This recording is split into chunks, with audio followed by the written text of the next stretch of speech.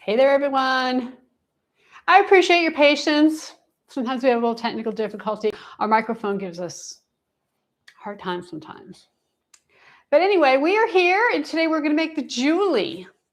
So I see Cheryl's here, made by Misty, Jackie. We have Michelle here, Sew Sisters here, and Floored Cube, which is Andrea. There we go. And Soul Sister is Patra. Okay, Patra. All right. And of course, I know that Andrea's in the UK. Yeah. Right? Yeah. Okay. Very good. All right. Well, we are going to get started making the Julie. And, again, I just have a few bags that I need to make this week. And so I thought, why not make them live? Right? So we'll get as far as we can today and kind of go from there. So Taylor's going to move the camera for me. And we are going to get started. I did just a little bit of prep work ahead of time. Went ahead and drew my lines down the center here, put some double-sided tape.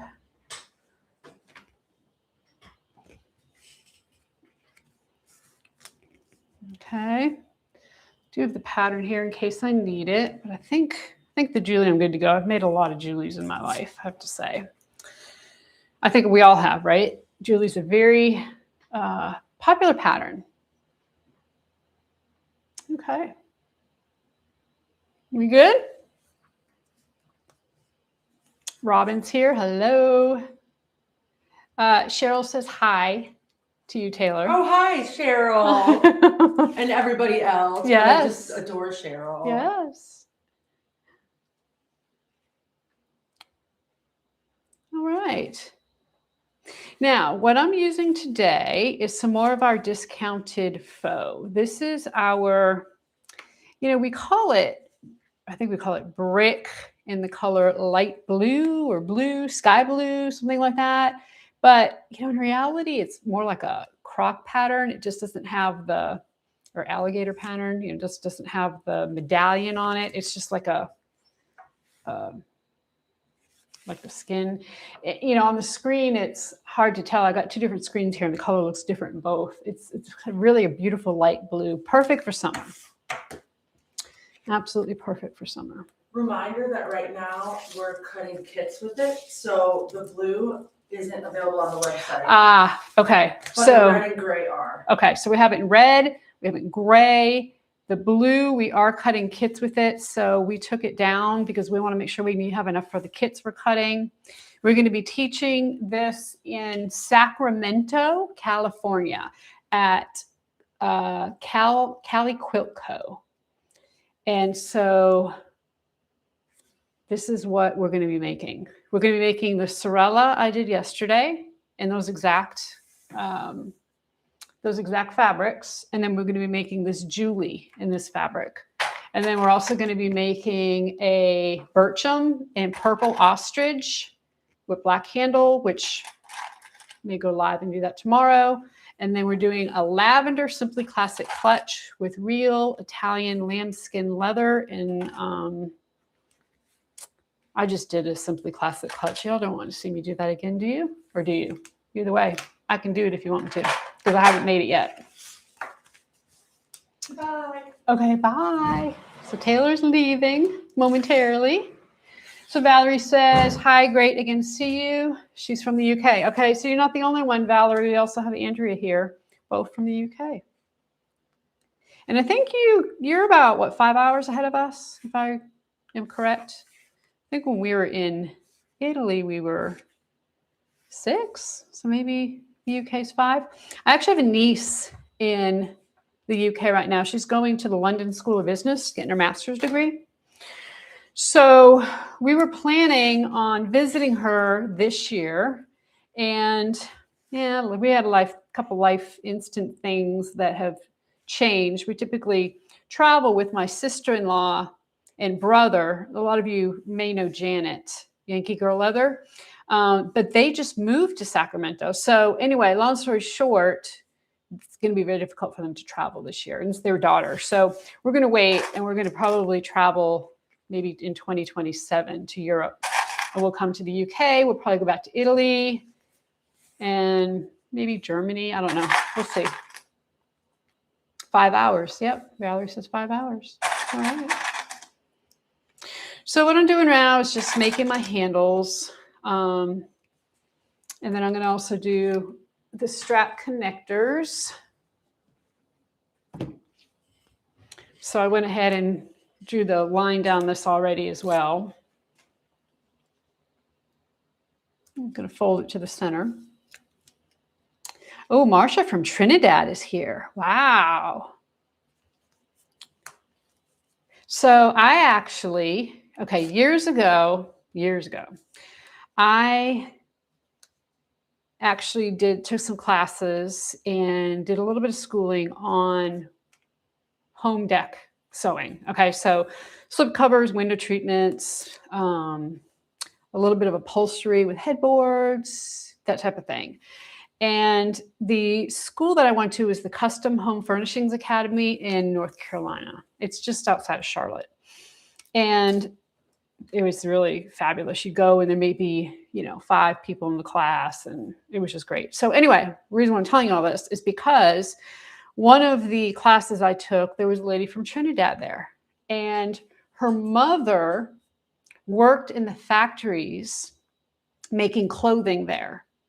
And interestingly, she told me that her mother, I don't know, she worked for, I don't know how many years, probably 50 years in those factories, ended up dying of lung cancer from the fibers that she breathed in like every day for 50 years or 60 years. It ended up, you don't think that fabrics have fibers, but they do, and they get in the air, and that's what she died of. Isn't that terrible? So, I think that, and I don't know the situation, obviously, of the factories and stuff there, but I always remember that story. Yeah, it is terrible. It's something you never would think. I never would have thought that you could die of that, but you can. So, okay, I'm going to try to do better in cutting this camera over, but if I forget, again, don't hesitate to let me know. I still have that super narrow foot on. Switch to white thread. I'm going to use white with this blue. We're going to use a white zipper and nickel hardware. So I'm just going to go ahead and do 1/8 of an inch seam allowance. Do a little bit of chain stitching here.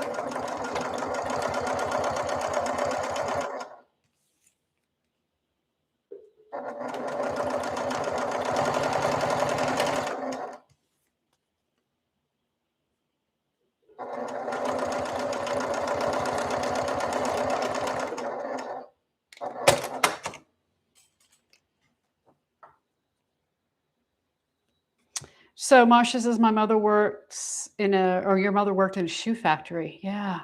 So I'm interested to know, Marcia, how much of the clothing and I guess fashion industry, how much of it is done in Trinidad? I'm assuming you must have a lot of factories there that obviously produce those things. But Trinidad, if I'm correct, and if I'm not, I'm sorry, not an expert in geography. I know it's an island. I know it's down somewhere Caribbean type, down there somewhere. It's not very big, right? So I guess what I'm asking is, how much is it mostly factories for that? And it's just a lot of the population works in the factories? I'm just curious.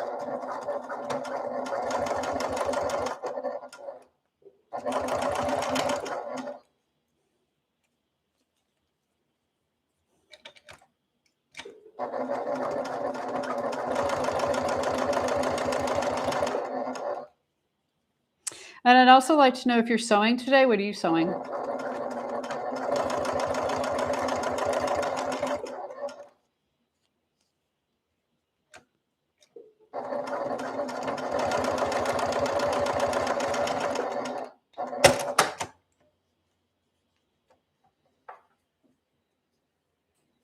So Pat is here. Hello, Pat.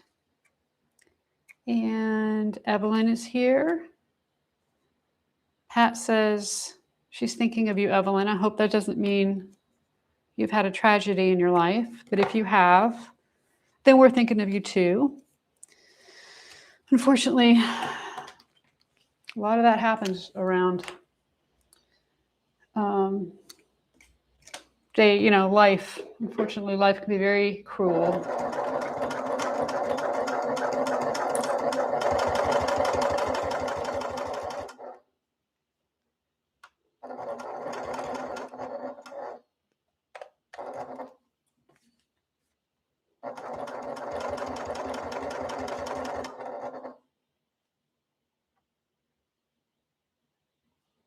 So made by Misty. Karen says hi. Hello, Chris and staff. Hello, everyone. Tote bag, Cheryl, but you need a break, okay?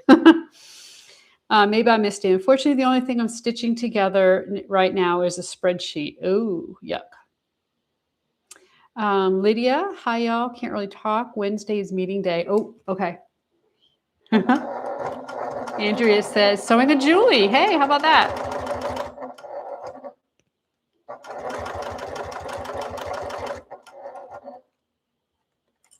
Sandra says, hello from Texas. I'm working on an Alexis dupe. Ooh. So, of course, the Alexis was one of the free patterns that I had put out a while ago on YouTube. A lot of people like it. That and the Marc Jacobs tote. And let me tell you, I have Marc Jacobs tote. The one I made, I think in the video, it's like a magenta and a black. And I use it when I travel. And that thing has been shoved under airplane seats, gone through security scanners. I mean, that thing has been through the ringer for over 2 years. I have used that bag as my travel bag on the plane. And do you know that after 2 years, the faux has not chipped, cracked, faded. I mean, it looks like it was made yesterday. It really, I mean, I tell you that just be a testament to our faux. I know a lot of times I have people ask, will this stand up to the test of time? And it does. I mean, it's amazing how well it does. Okay, Trouble Bunny said, I mainly hand sew leather. Oh, I just finished a commissioned knife slip for a kitchen knife and now assembling a leather trifold wallet. My hats are off to you. You hand stitched leather, you are the bomb. Wow. So Nyasha said, I posted my Julie last night. I did see that, Nyasha. This morning I had a bunch of things I was doing, but I did see it come up and it really looks amazing. So you said you want to make another one, which is great, but I didn't see anything wrong with the one you did. Looks amazing.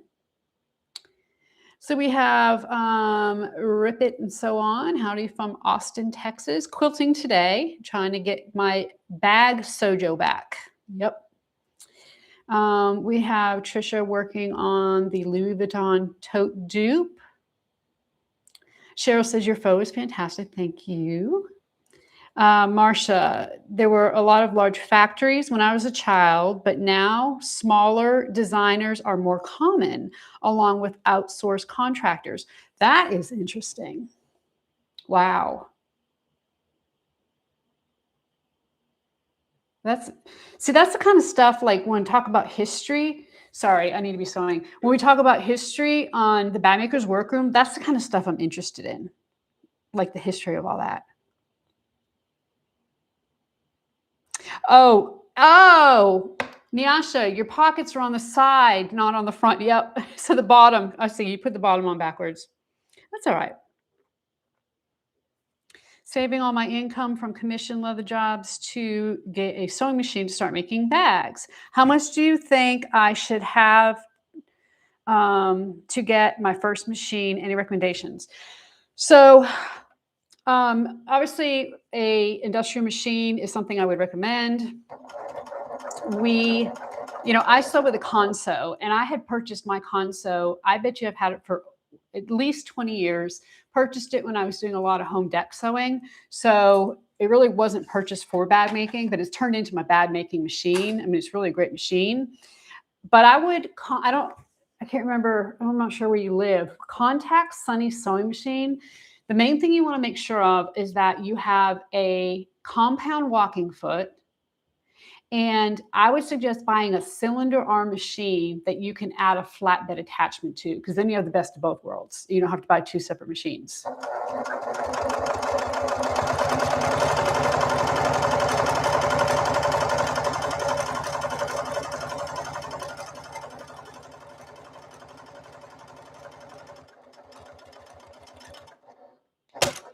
Those would be my two things. Does anybody else have any recommendations for her?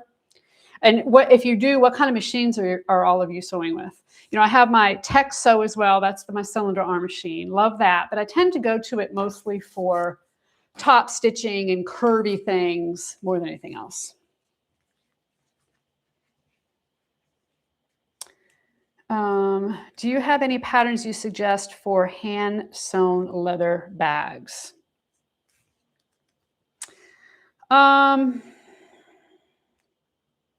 You know, off the top of my head, I don't. I'm trying to think, because I of course gravitate towards the machine bags because I don't hand sew.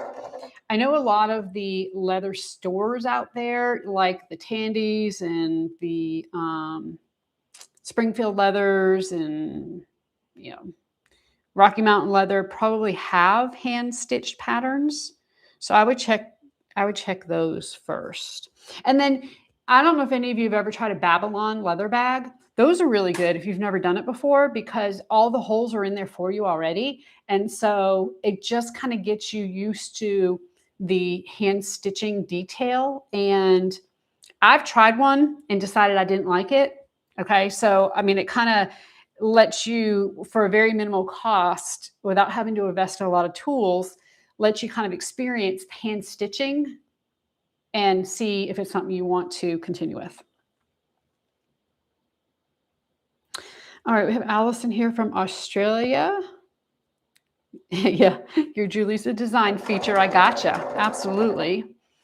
Thank you, Chris. I'm in Pennsylvania. The Conso 206RB was on my list, and I do suggest you look at it. I mean, I've had mine forever, and you know, it hasn't changed. That's the thing about it. I think they make them in China now instead of wherever they made them originally, but you know, everything's made in China, and a lot of these machines that we're buying are made in China, so I wouldn't worry too much about that. But the 206 RB5 still, you know, great.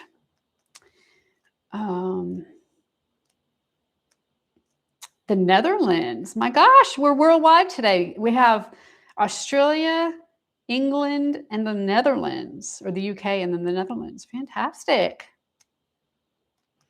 Let's see. We have someone here who has the Conso 206. Yep, same thing with me. I mean, it's a good machine, I have to say. Just, it's not a cylinder arm.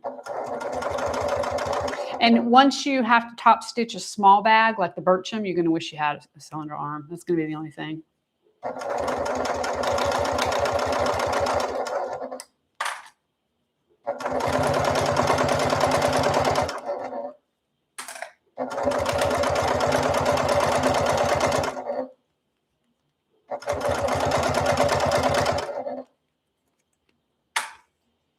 Hello from Germany. Oh my gosh.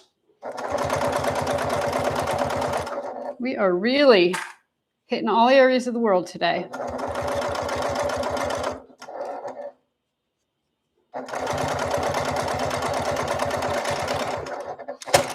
Well, we appreciate all of you joining, no matter where you are.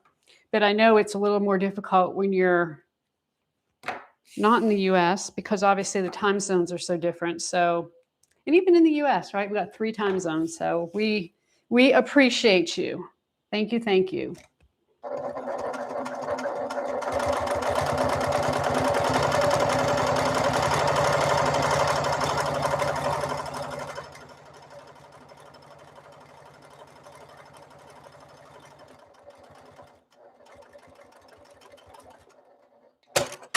All right, so we have handles done.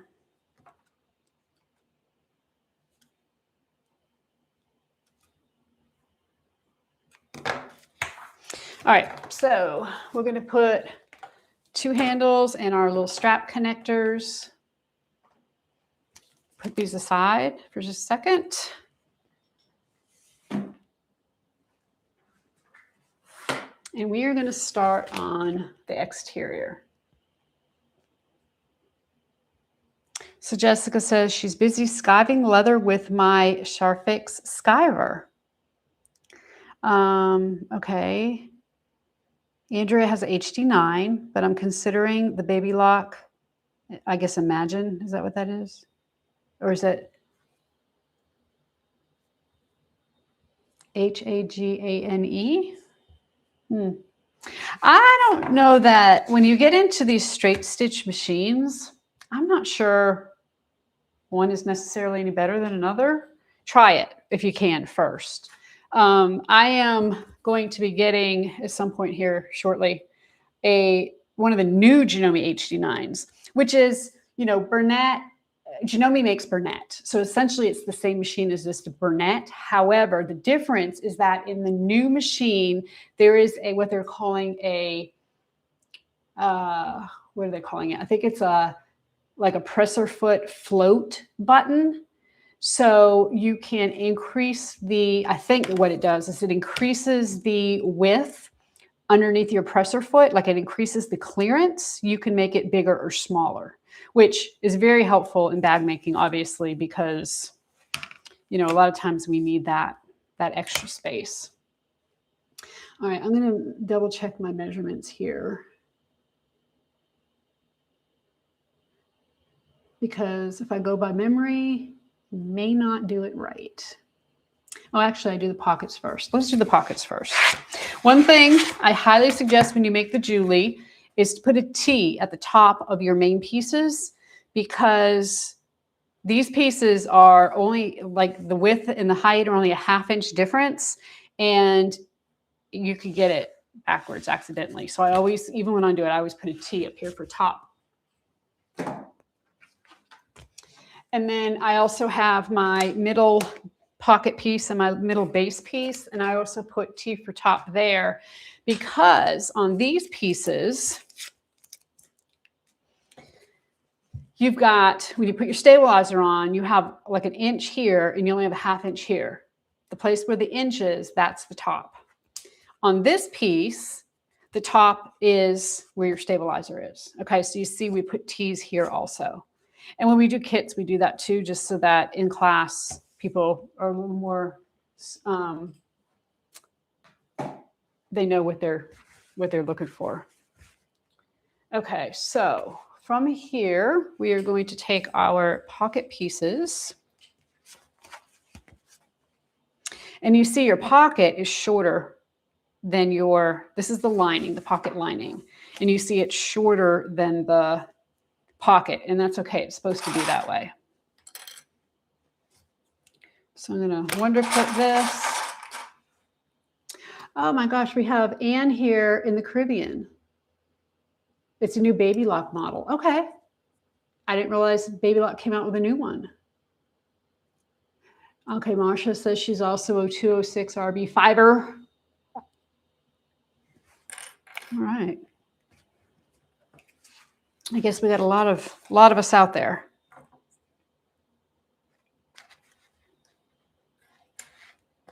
All right, so I'm going to stitch, not going to stitch along the stabilizer line. I'm going to stitch 1/2 inch.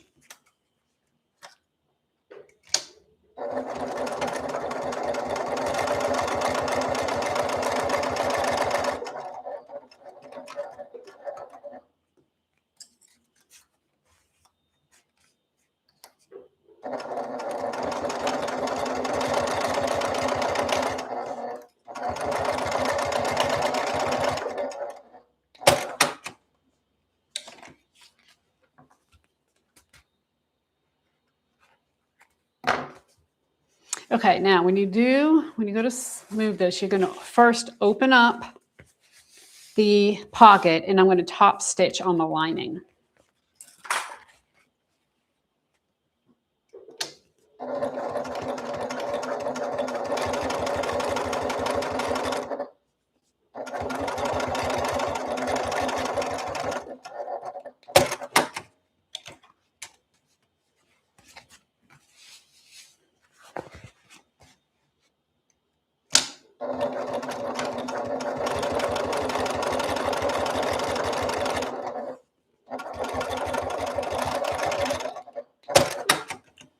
Okay, now from here is when I'm going to match the bottom edges.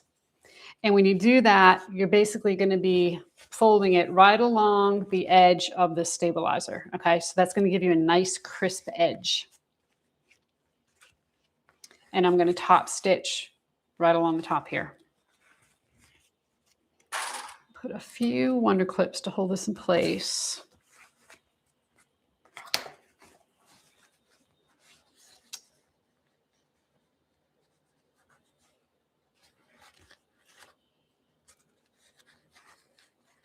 So Nanny Panels, is it Panna Quilting? I'm a little late and you're from Sweden. My gosh. And I have a Janome 9450 and a leather sewing machine that I don't know the name on. We have got Sweden, Netherlands, Australia, Germany,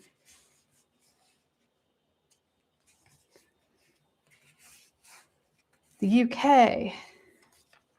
Amazing.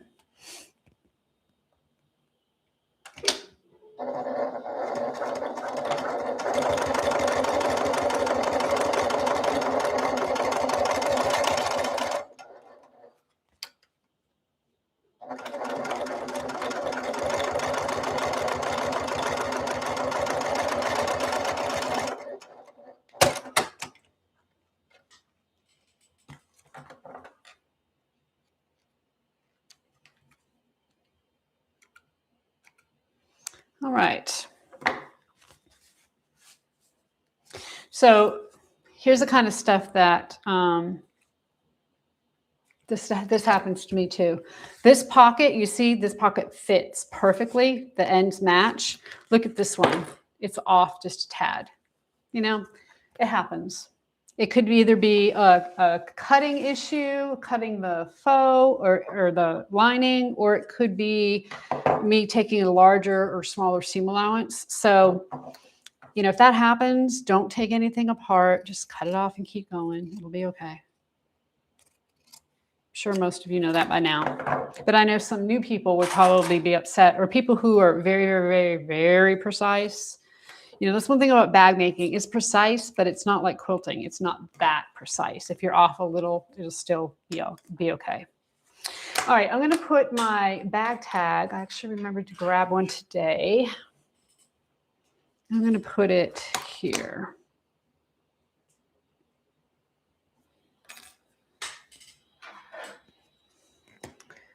Probably about 1.5 inches from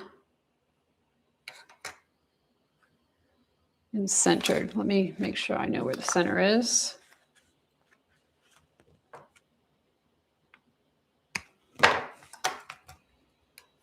Okay, so 1.5 inches and centered. Yesterday, my cap fell off my silver marking pen. It flew somewhere on the floor and we could not find it. Taylor and I were on our knees yesterday trying to find it and we could not find it. I couldn't have gone very far. This room is not very big. And we don't have a ton of stuff in here, so I don't know where it went.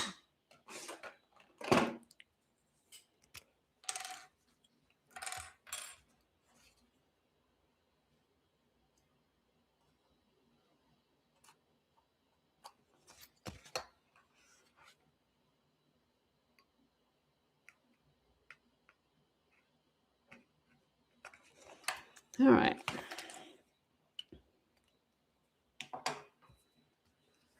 Did you check the garbage? We did. I did hear it hit the ground though when it was in the middle of what I was filming yesterday, and I heard it, you know, like go click, click, click, click, and I was like, okay, I'll pick it up later, and we can't find it.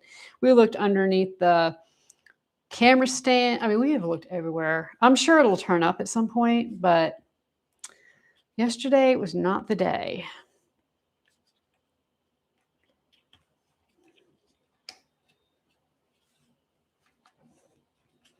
Okay.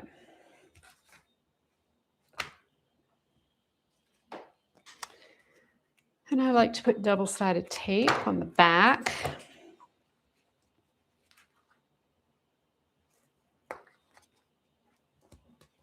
Okay. So now from here, you can baste this close, but actually I'm just going to go ahead and put it on the base piece. Now, again, remember this is top, so your stabilizer is going to be at the top. The reason why this entire piece isn't stabilized is because we have stabilizer on here, and so that would be kind of a double whammy. We don't need that much stabilizer. Not for this bag. So I'm just going to line it up with the bottom, and then go ahead and wonder clip it all in place, and then I will baste it in place.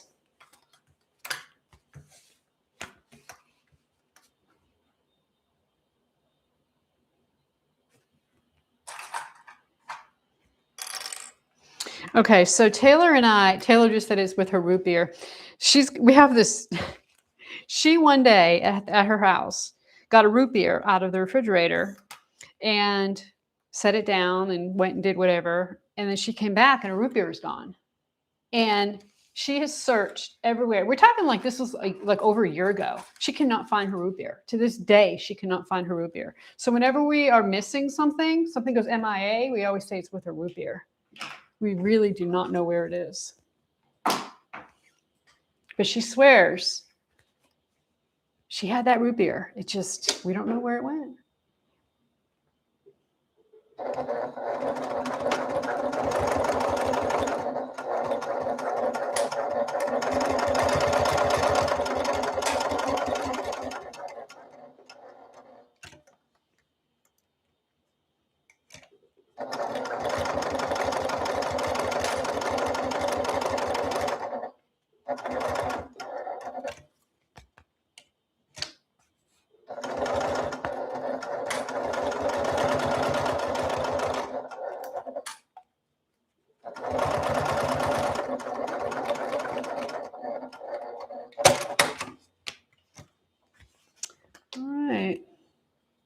The quickest way for me to lose something is to just walk into the sewing room.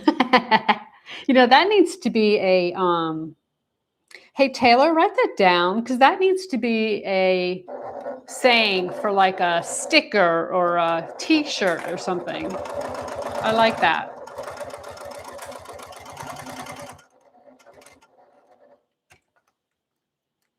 I like that a lot, Trisha, because that's exactly what happens. I set it down and I do not know where I put it. I spend more time looking for things when I sew than probably anything else.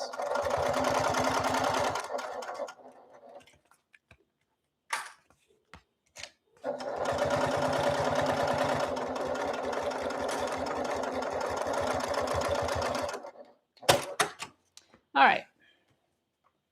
So we have our 2 pockets done.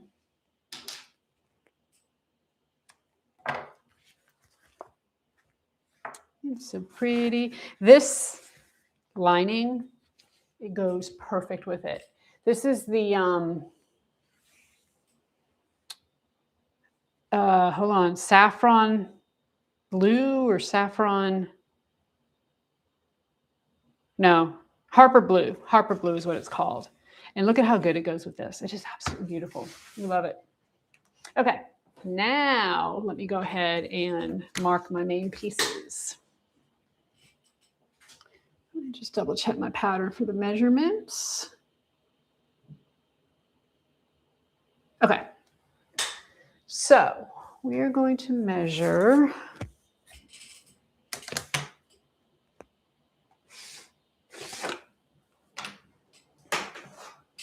and a lot of times when I got stuff on the floor. A lot of times when I measure and mark on the back, I use ballpoint pen or pencil, something that won't come off on purpose. I do that so that I can see it, because my eyes are getting old and it won't rub off or fade away. All right, so I'm going to make a line across here.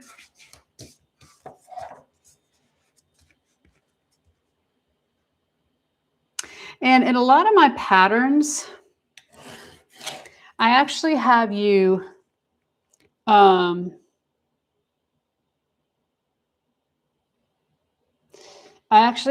measure from the edge of the stiffener, the stabilizer. And sometimes I gotta read and see which one it is.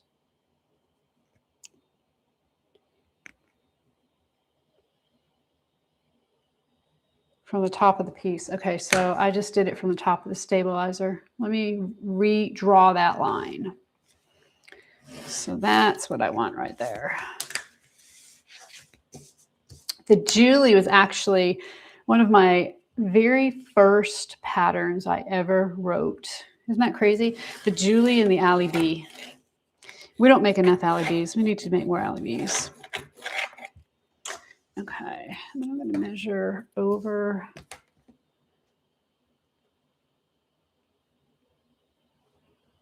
Sean is here. Hello, Sean. So Sean, it looks like you're working. Sorry you can't join us to sew, but that's okay. I'm just kind of having to do a few bags, so I thought I'd go live. For those of you who don't know, Sean has a company called Go Savvy Design. She actually does a live every Sunday. Is that right? Sunday at 7. And she does a lot of different things. I think last time I watched you were quilting, or you were going over quilting stuff. And so it's not necessarily just bags. So if you haven't tuned into Sean, do that because she's wonderful. I think you'll enjoy her.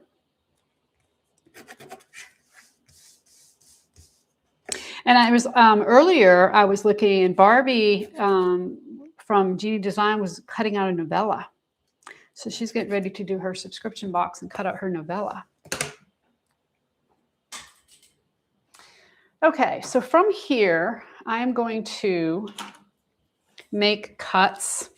And you see, you would have only one line. I happen to have two because I measured wrong. So I'm going to cut the opening from here to here on the top line. My cutting mat's right behind me. I'm just going to come over here and do this real quick. I don't want to do it obviously on my table. And I'm just going to use a ruler to make sure my lines are nice and straight. And just remember that you'd rather have your holes too small than too big. Okay, so here's my 2 holes. I'm going to do the same thing here. So all I'm doing is like putting the ruler up against the line and cutting between the 2 vertical lines. Again, on the top line, you're only going to have 1 line. I just measured wrong. And make sure when you measure, you're measuring from your top, your teeth. Okay.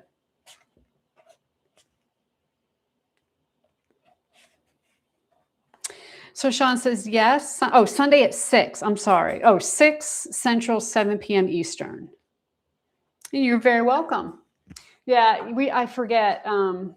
I got to remember the different time zones when I say things like that.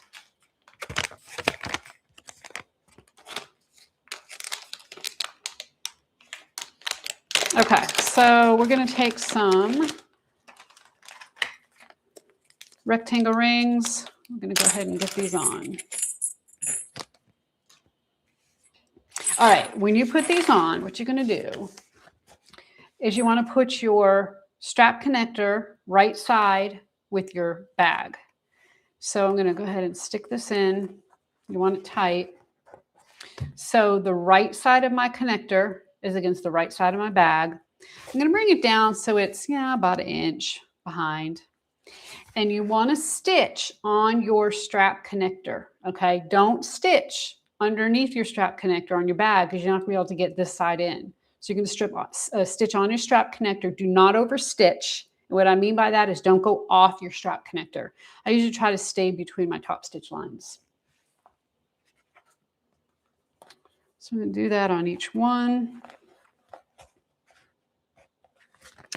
Now, over time, I have kind of come to my favorite way to make this bag, I guess you could say, is I like to put my slits in, but instead of using strap connectors, I like to actually attach the straps directly to the bag and just use rivets to hold it all on. I like the look of that a lot better.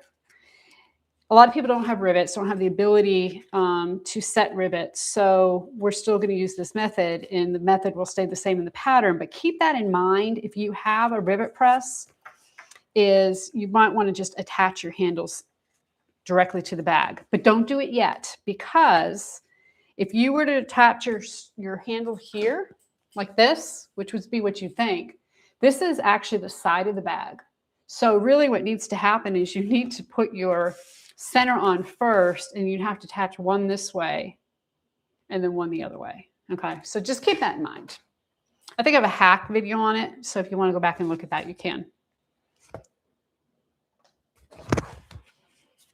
All right, so I'm going to stitch between my top stitch lines.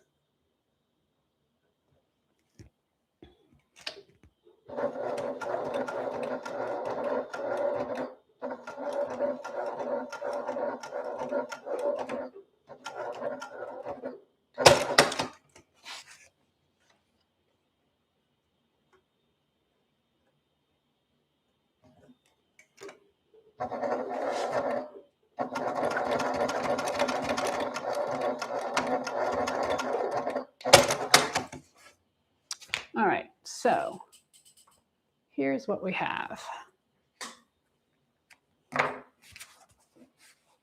Okay, so you can see here, I think, where the stitching is, and you can see I can still stick my finger up in here, which is what we want, right? It's just there. Then we're going to put a rectangle ring on, and we're going to take the other part of the connector, go ahead and pull it through the hole.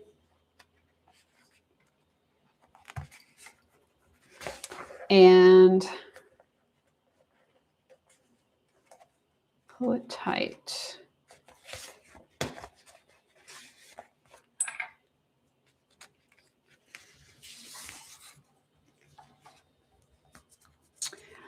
Okay, so Quilted Cactus Tony says, I did hidden connectors on my novella instead of attaching directly. Nice, yes. That's the thing that is so good about sewing, isn't it? We can make changes and we can make the bag the way we want the bag to be made, or clothing, top, whatever you're making. I mean, that's why we sew. At least that's why I sew, so I can make it exactly the way I want it. And then from here, what I'm going to do is just go ahead and do a line of stitching underneath. You can do 2 lines. I know some people have had some issues with they stitch and then these stitches start coming out a little bit. If that's, I'm also going to put a rivet. Okay. If you're not going to use a rivet, I would definitely do at least 2 lines of stitching. Okay.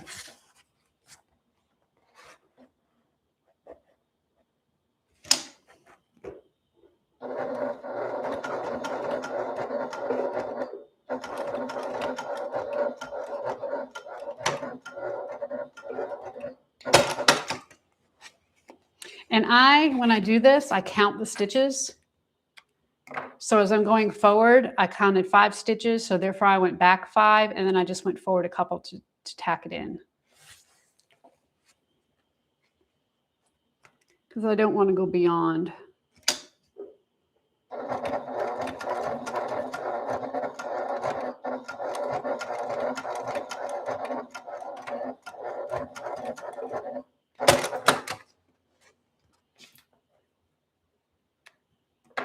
Okay, so there you go.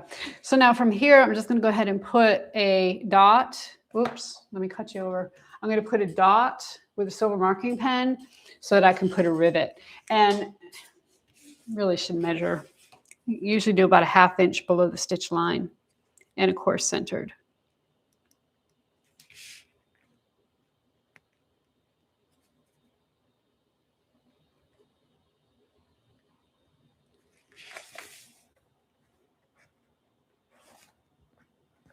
When you put the rivet in, you want to make sure you're going through your back pieces as well.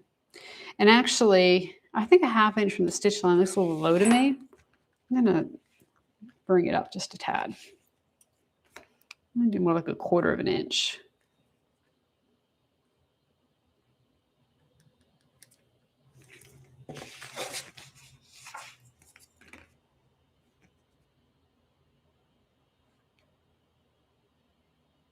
Okay.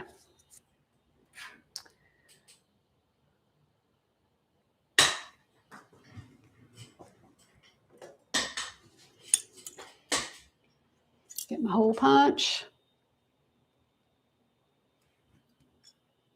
Oh, Leslie, hi.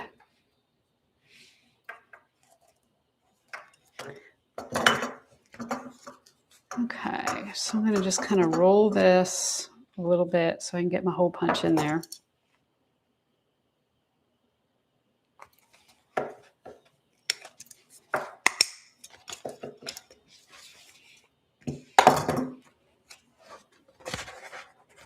All right.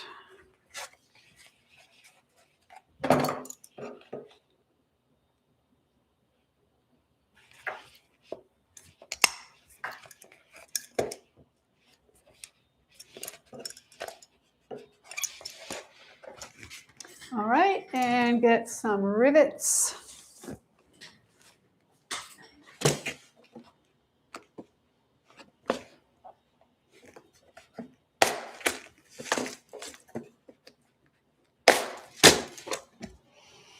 Oh, let's see. Probably.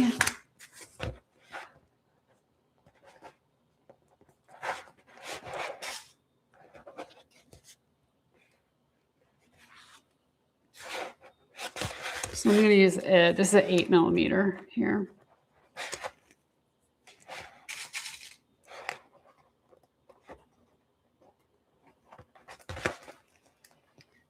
Okay, and then I'll get those set in just a minute.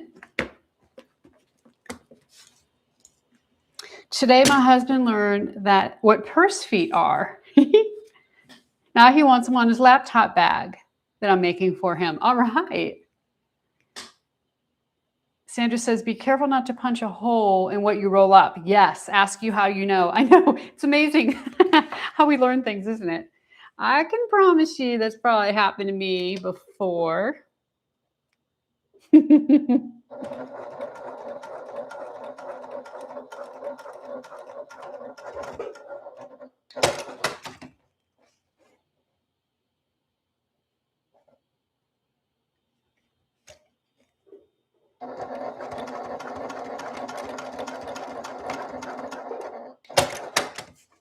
So I think the worst things that I have ever done to ruin a project, there's two I can think of. The first one was I told you yesterday about how I burnt the bag. I was done with the bag, had top stitched it, everything was great, and I wanted to just, get the end of the threads out or down from the top stitch. And I, instead of putting the bag flat and burning it, I held it up like this and burnt it, and I burnt the bag.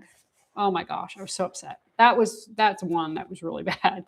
And then another one was I had finished, and I can't remember which bag it was. I'd finished a bag and I had to do one last little bit of stitching on the bag. It was all done together. And so I put the bag underneath the presser foot, and I didn't have my needle up high enough, and it was cork, and it went psh, and it put a big gash right in my bag. The needle did. So those are my two, what I would say the most memorable mishaps.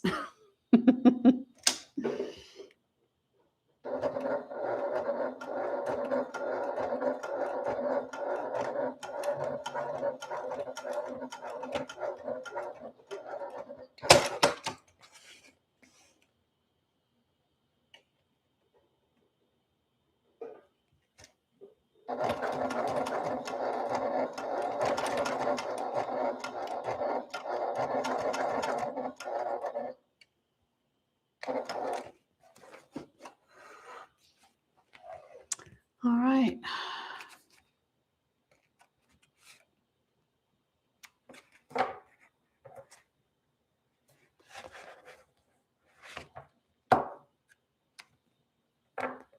What stitch length am I using? I am using a 5 on my BO8.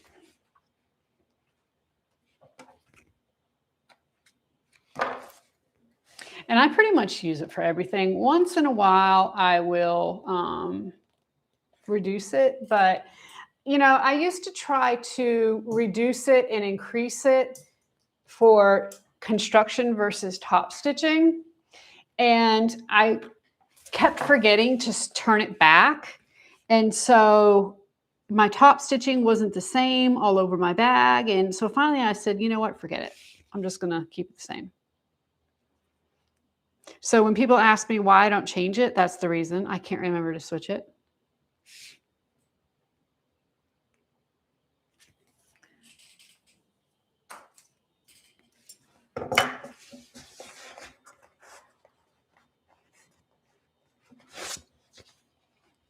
You should see me today. I'm going to tell you a funny story. I was on the phone. I had to charge something on my credit card, and it's a fairly new credit card. So I gave the information to the person that was charging the credit card, and she said, "Oh, your credit card charge was denied." And I said, "Well, that's crazy because I just used a credit card 15 minutes ago." She says, "Well, you probably got a code, like a text message, making sure that we were a legitimate charge. If you could just check your text messages and see if that's what it is." And I said, "Oh, okay." So I proceeded to walk around the house looking for my cell phone. And before my husband told me, "It's in your hand." I was talking on the phone. Oh my God. That's when you know you've had, your brain is missing. Half your brain is missing. Oh, craziness. Yeah, Cheryl says, LOL. I told the lady on the phone, I said, my husband's going to come by later today and pick up whatever it was. So no, he's not as crazy as I am. So, you don't have to worry. Oh, yeah.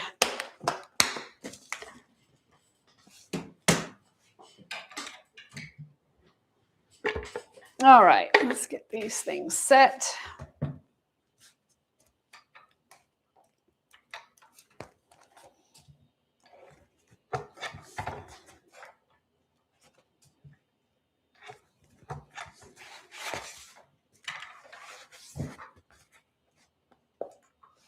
So this is a Gold Star press tool. I have two of them, and I, of course, buy the dies from Gold Star Tool. I buy the rivets from Gold Star Tool. Everything I get is from Gold Star Tool. I know a lot of you have cam snaps, and I think cam snaps, I don't have one, but I have used them in classes. Those are really good too. I really like them. So if I ever have to order another one, I'm probably going to order a cam snap. But it's hard once you have one to go back and forth because the dies don't all fit together. They're all different. Okay, so I'm going to start with my main piece. That's going to be, the front. That's going to be the piece with my logo on it. And I'm just going to go ahead and wonder clip this together. Now, if you go to wonder clip this together and this piece was opposite, your front or your sides essentially are going to be shorter by a ½ inch. And if that's the case, don't worry. What I would suggest is to stay with it. Go ahead and reduce the size of this piece by a ½ inch, and your bag will just be a ½ inch shorter. Okay. So if it happens to you, it's okay. Just kind of run with it and make it work.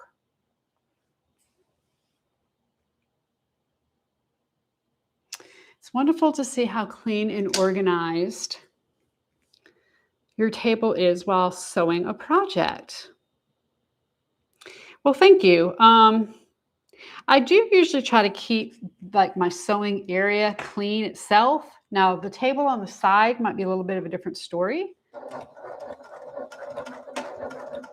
But I don't like sewing and having my project get caught on something. And I do try to keep the area itself pretty clean.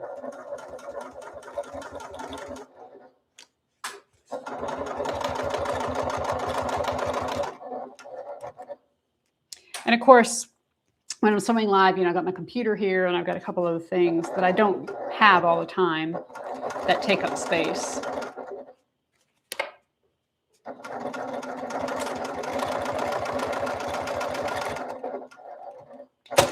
And then, you know, the actual cutting area is a disaster, but we won't talk about that. Okay, so from here, you're going to open up your side piece. Your seam allowance is going to want to go to the side automatically because this piece has got a couple layers where the side piece doesn't, right? So just let it do what it wants to, and we're going to top stitch on the side piece. Remember, your side piece is your larger piece here. That's what got Nyasha earlier, when she put her bottom on, because you don't, and it's not you only, believe me, Nyasha, a lot of people do it. And I might not have done that once or twice, so don't feel bad.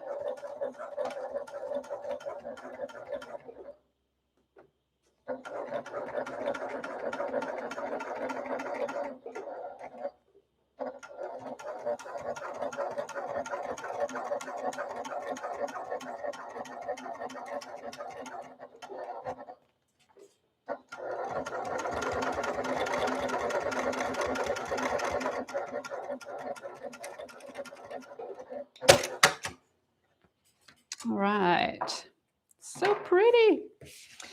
Okay, so we're going to put this side on. Yes, Lydia says it's a design element and I'm sticking to it. That's right.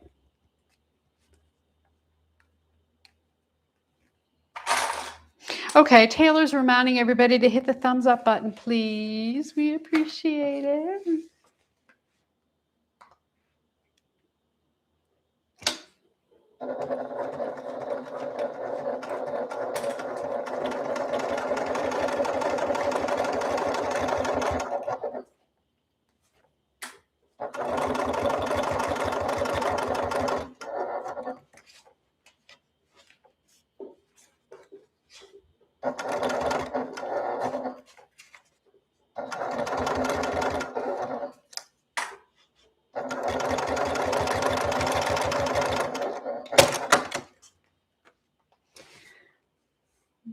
One of the, hey, Janet.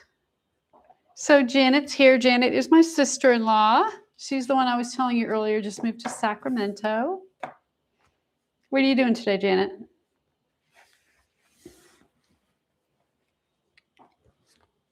So they have had a big move, moving from Texas to Sacramento.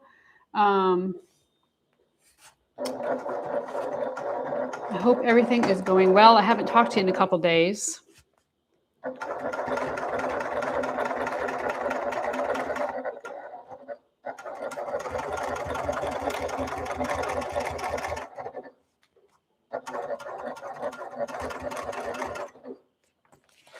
Janet, you've moved into your permanent temporary place, right? Walking the dogs a lot. Yeah, I'll bet.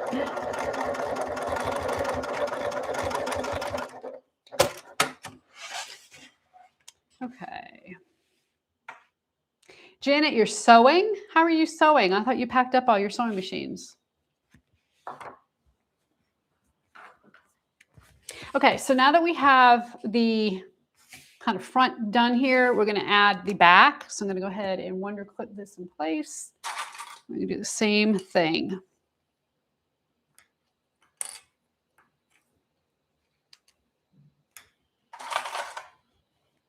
Oh, Janet says I miss sewing. Yeah. Okay. So go ahead and stitch. Now, I don't know if you've noticed, but I'm always stitching here. Sorry. I keep forgetting to hit cut. Whenever I stitch, I'm always stitching on with the part of the bag that has the most stabilizer on it, because I do not want to stitch on top of my stabilizer. If I have to, I would prefer to take a little less of a seam allowance and adjust my lining accordingly than to stitch on top of my stabilizer. Okay, so like this side here only has the short piece on here, where this side has got an entire piece. So I'm going to stitch from this side, and I'm going to stitch right, and I say right next to, I give myself like a scant 1/8 of an inch, and that's what makes this be able to fold open so nicely.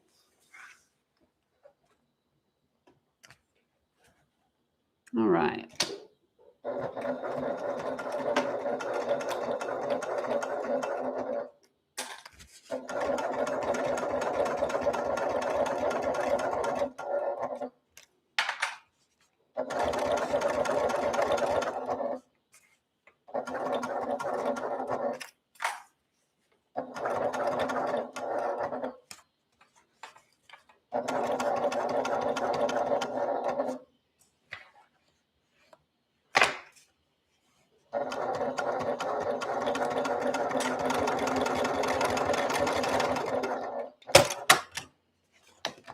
Okay, and then of course, and let me see if you can, this is white on white, but let's see if you can see my stitches there. You can see I'm not right on top of my stabilizer and giving myself a little bit of space there. Okay, so that means now when I go to open this, it's just, I don't have to try to press this down. It's nice and flat. You almost don't even need to top stitch it. That's how nice it lays. Okay. But if I was on top of my stabilizer, I'd be having to open it. You'd see my stitches here because they'd be pulling and it just wouldn't look as good. So just kind of keep that in mind to a point where in my patterns, as I've learned and progressed, I am actually starting to have you cut stabilizers even narrower and smaller than what would be typical to make sure it stays out of the seam allowance.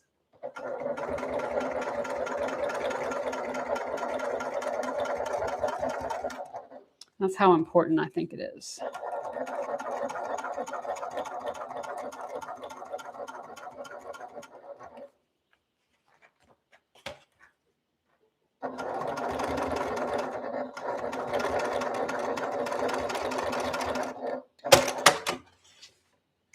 And for those of you who get subscription boxes, we're gearing up for the second one. Testers are just about through testing it.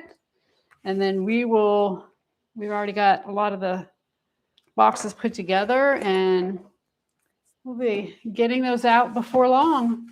June 15th is when they're being mailed, or when they're beginning to be mailed.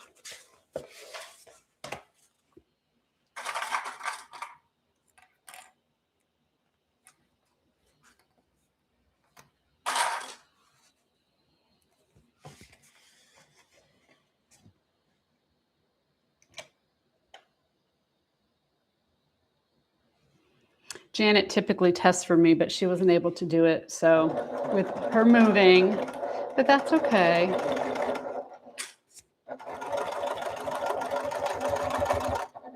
Get you on the next one.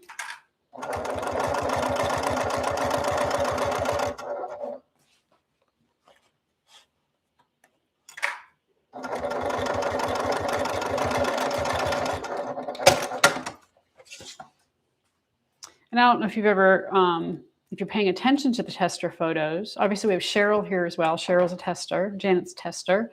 But Janet only works with leather. So all of the bags that she makes, all of the tests she does are from leather. And so if you are ever wondering if you can use my patterns on leather, the answer is yes, absolutely you can. Sometimes you have to make small adjustments, but for the most part, you should not have any problems. Okay, so now we have this last line of top stitching we have to do. And this is the tricky part. I call it stitching in the tunnel. I'm going to start here at the top, okay? I'm going to come down as far as I can, and then I'll leave my threads long, pick up where I left off, and keep going. It's going to be the easiest way for me to do it on this machine. So hopefully I won't block you too much here as I do this. Start here. And this is probably the most difficult part of this bag. Seriously, it's not hard, but you just got to maneuver the bag, take it slow.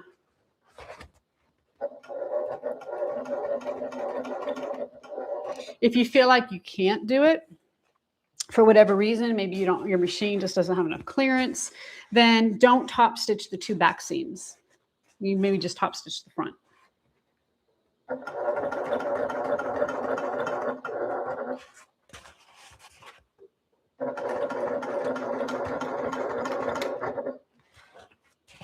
But every time I teach this Julie in class, we're all able to do it. And we use either the Janome HD9, the BO8s, the Baby Lock Accomplish, Juki TL18s. Okay, so right about here, I'm feeling like I have a little left, but I'm really smushing the bag. So I am going to lift my presser foot, take the bag off, leave my threads nice and long. Okay, make sure my threads are nice and long again. And then I'm going to switch you to the front camera. I know it's going to be hard to see either way, but go ahead and pick up where I left off. I'm going to start in exactly the same hole.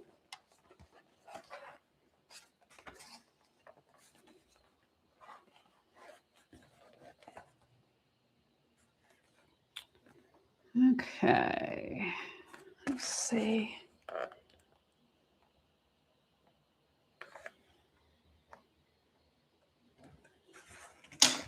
And then keep coming down to the bottom.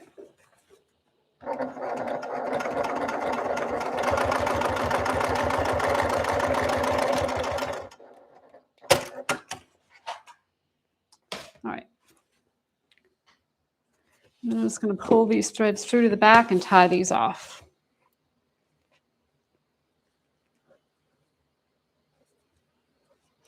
So, is there ever a time it would be beneficial to sew on the stabilizer, or do you always want to avoid it?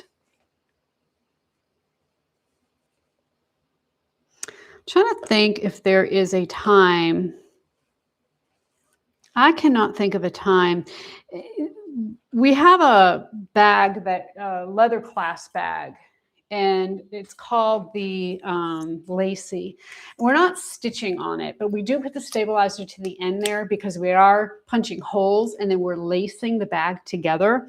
You know, that's an instance where we stitch, and it's not really stitching, it's lacing on the stabilizer, because if we didn't do that, it would basically, I think the leather wouldn't be strong enough for it. So that would be an instance. But again, you're not really sewing. You're really just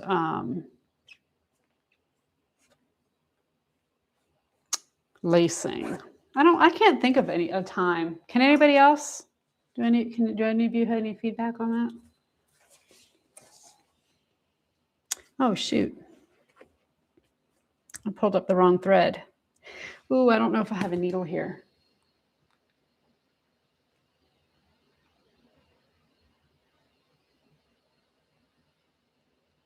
I don't think I have a needle here. So what happened was I pulled the wrong thread out, and you can see here now, looks like, you see there, I'm like missing a stitch. Let's see if you guys can see that. See, so I need to take this thread and thread it down through there. Maybe I can use a sewing machine needle.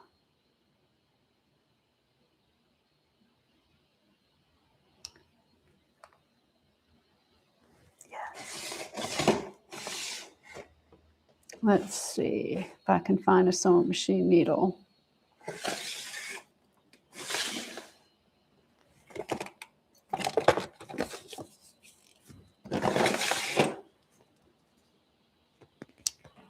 All right, I've got an industrial one here. Let's see if I can thread this through and at least get it through the hole, through the opening.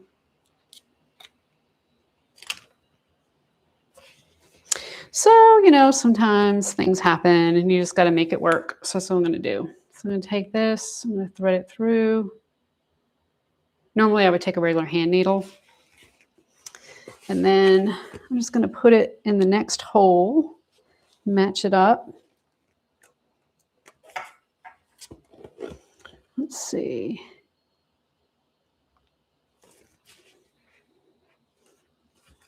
I can poke that through.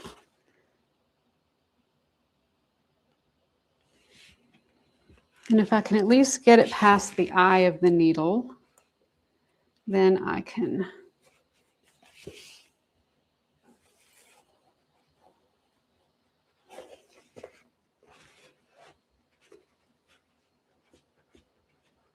okay, I see it. So let me pull that through.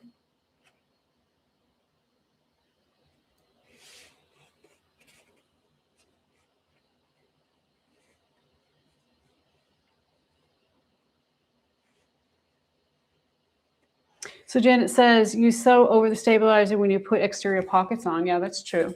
You do that.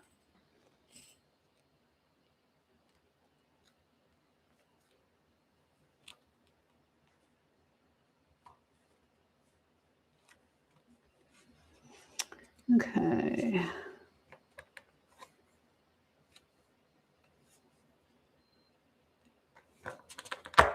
Ah, shoot. Oh, I just cut that thread. Oh, all right.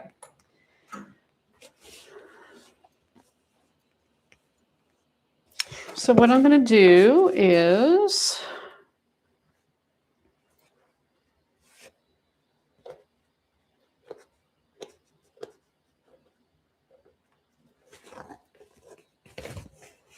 pull a few more of these out, and then I'm just going to put it back on the machine and stitch it. All right, let me go ahead and tie these off.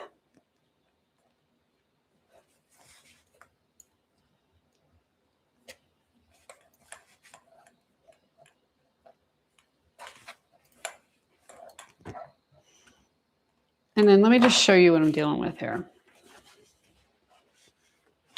So I think you can see, right? It's hard to tell. Right here, I'm missing one stitch. Okay, you see that? I'm missing one stitch. So what I'm going to do is put this back on my machine and just use the sewing machine needle to stitch that one stitch.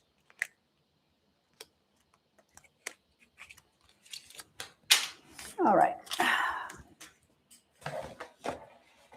So I will make sure my threads are long.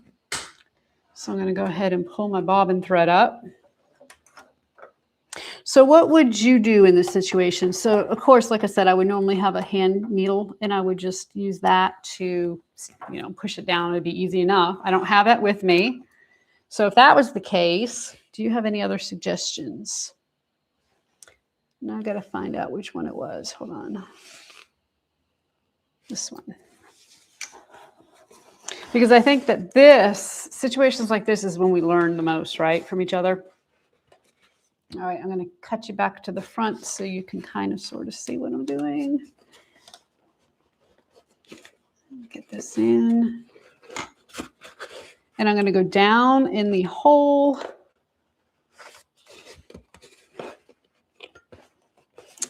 All right, that's not working. Let me take this foot off. Put the other foot on so I can see what I'm doing.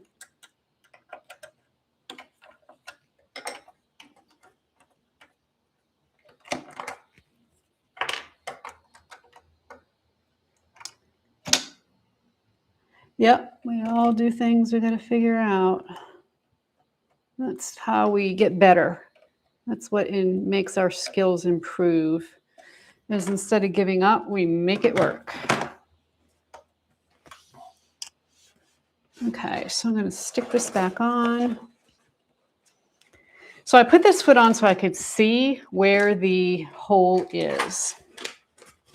Because my other foot is, it's a closed toe, I guess is what they call it, closed front. And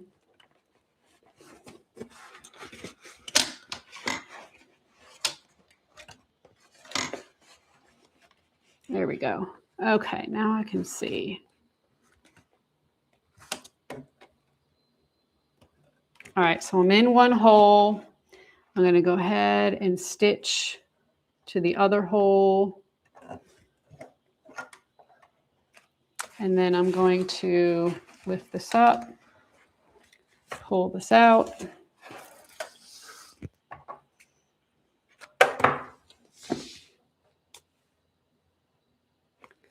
And then pull this up.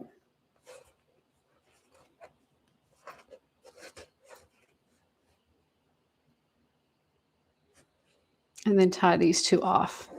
So essentially this one will go away. And I'll just tie this. And that should work.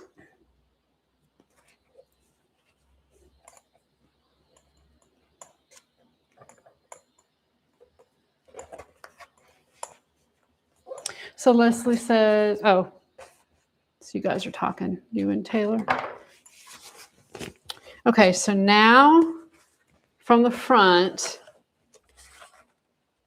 I'll bring this up. You cannot see, and I know a white on here. It's actually, it's right there. See how it's continuous now? So we're good to go. All right.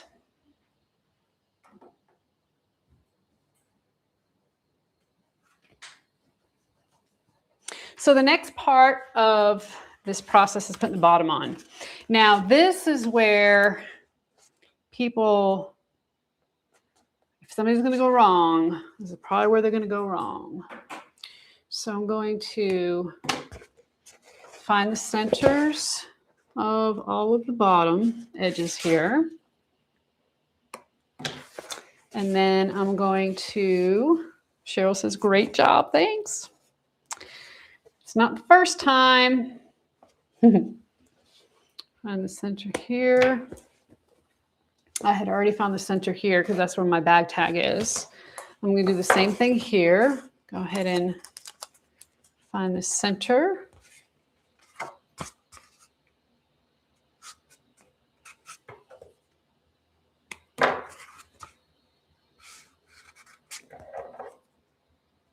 And find the center of the short sides.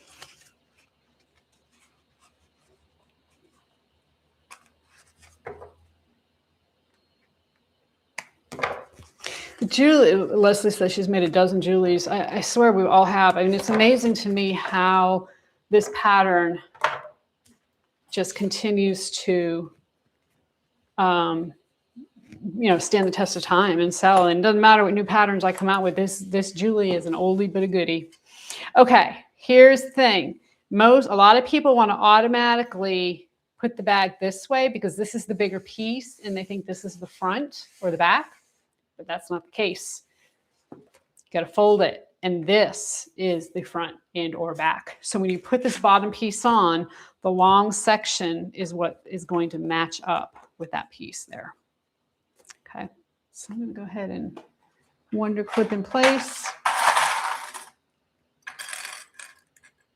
And still put the bottom on wrong. Yeah. I have too. We all have.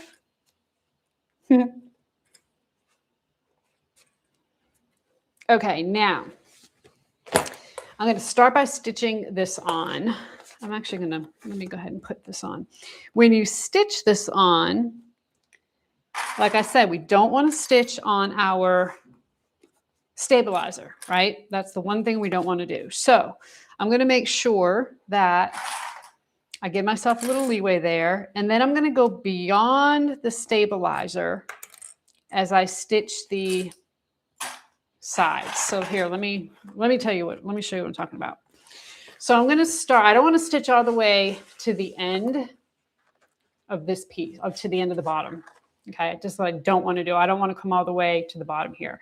I want to start at the stabilizer, but I actually don't want to start exactly at the end of the stabilizer. I want to start about 1/8 of an inch beyond the stabilizer so that when I go to stitch my sides on the side part of the bottom, I'm not stitching on top of my stabilizer, okay? And I don't want to have a hole in the bottom of my bag. So when I turn the bag, I don't want to see the sunlight in the corners. So I'm going to start about 1/8 of an inch beyond the stabilizer. I'm going to go all the way down and I'm going to stitch 1/8 of an inch beyond the stabilizer here. I'm going to do the same thing on this other long side, okay? Christine Whitaker is here. Hi, Christine.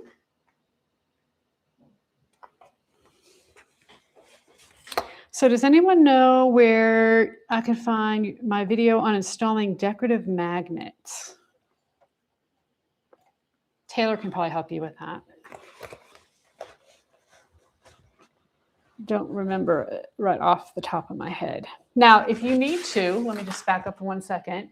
If you want to put a little line to help you see where to start and stop, nothing wrong with that, okay? So I'm going to put just like a little dot right there so that I can say, okay, that's where my turning point is. That's where I want to start and stop. And it's about, like I said, 1/8 of an inch from that corner. Okay, dots and lines and all of that are very helpful. All right.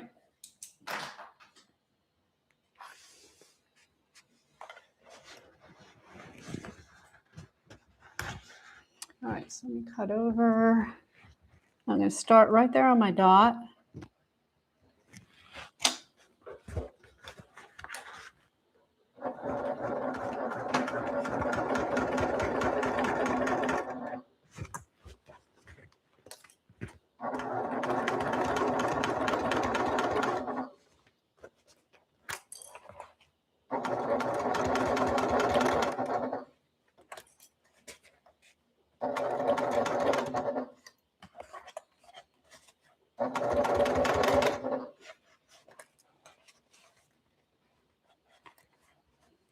Make sure my bottoms are lined up. And I'm going to stitch to the other dot I made.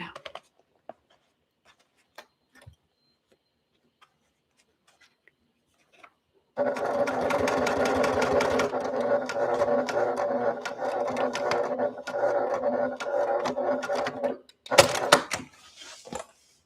right, I'm going to repeat that on the other side.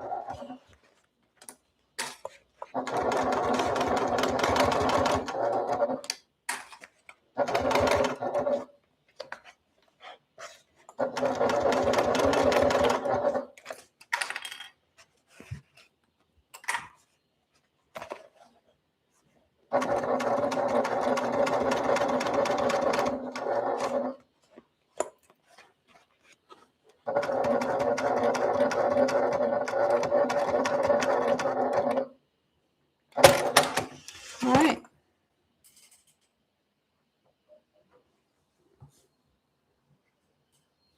Okay, so now that we have that completed, we're going to do the short sides. But we can't ask a straight line of fabric to turn without causing some puckering. So we need to cut it. It's called a relief cut. So I'm going to cut the main part of the bag, because this is the side, and I'm cutting it right at the end of the stitch line. So my stitches are going right here. This is the end of my stitch line. I'm going to cut that up to the stitch line. Okay, so just the side, not the bottom.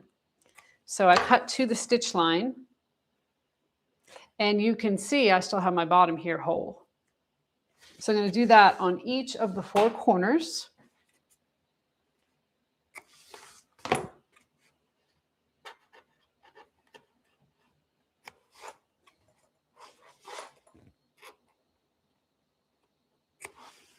And then I should be able to just turn and match up the centers.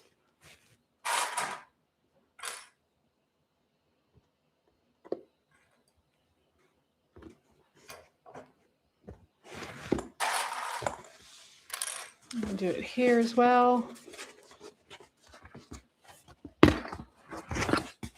Match up these centers.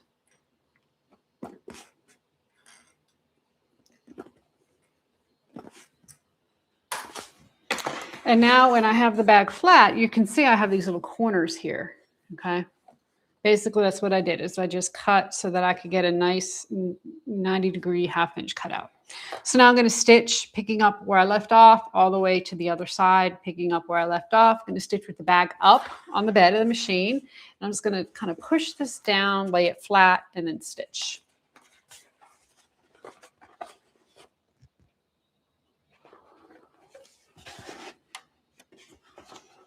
Now I have a little flatbed table for this machine. I think it's still at my house. I'm going to have to bring it in because make this a little easier.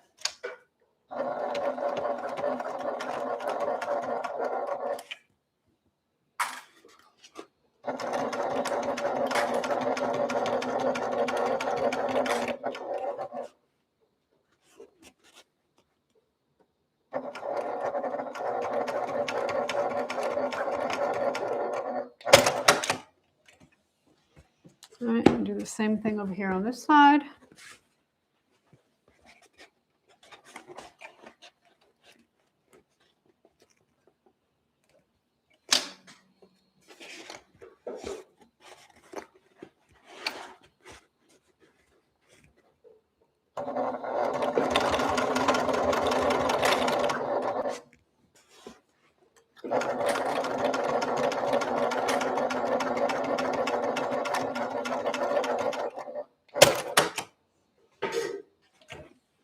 Okay.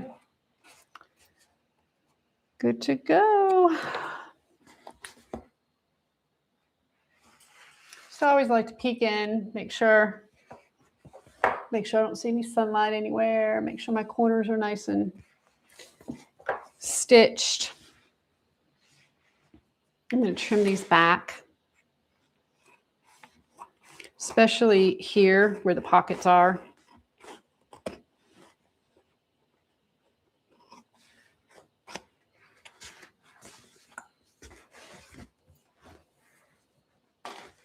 Yeah, Christine says this is a pretty blue. It really is. It's a beautiful blue, especially for summer.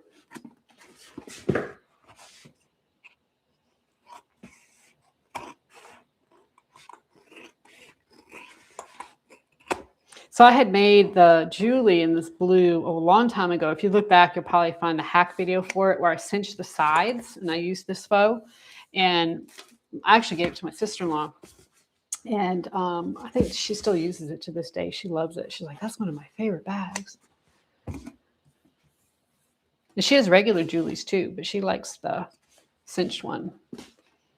Give my corners a little extra clip here.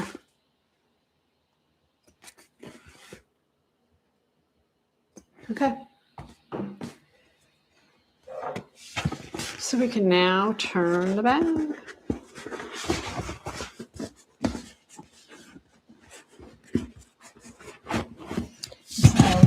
Part.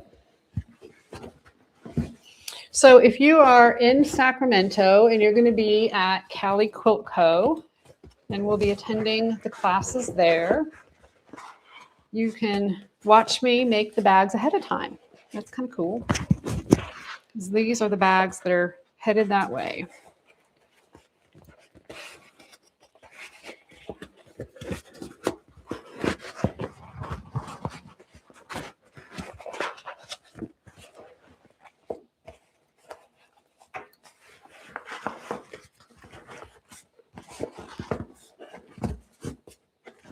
And then so basically, I'll be teaching at Cali Quilt Co. the weekend before Sack Bag and Sew.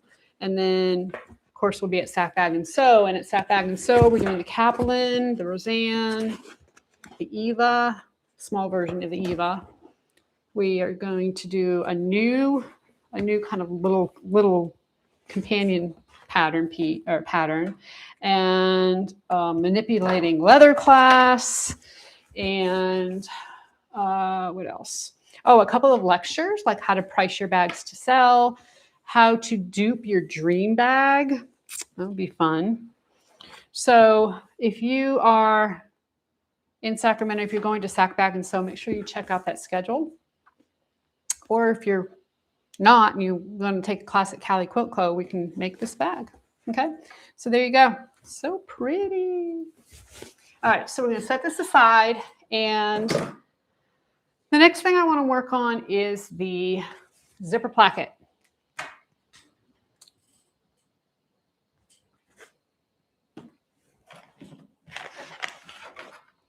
Let me get all my pieces together.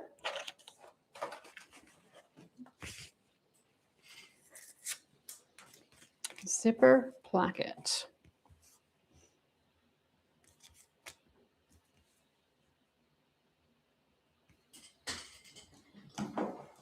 So I'm going to put 1/2-inch double-sided tape along the edges.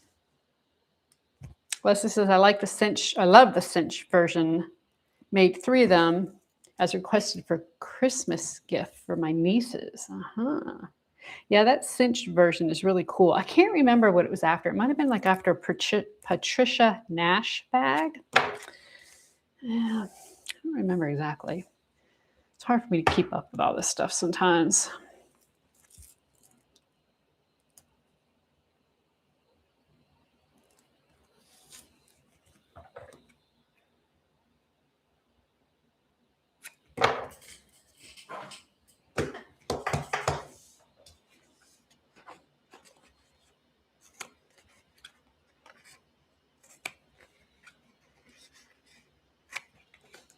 And doesn't the lining go good with it too? I love the lining with it. It's called Harper Blue. It's a Tilda fabric.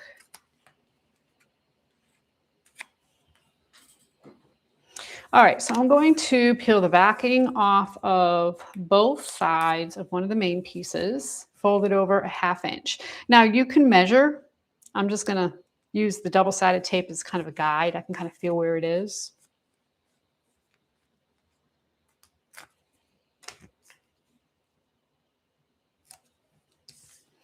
So both sides of one of the main pieces, one side of another main piece, and one side of each lining piece.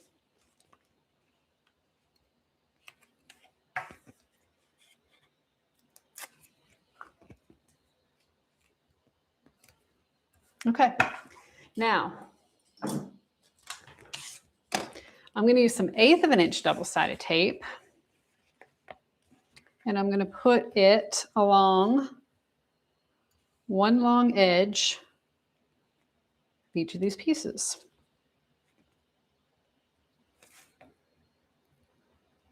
You don't have to use double-sided tape for your zipper tape, but I like to do that. I feel like it's very, holds my zipper better.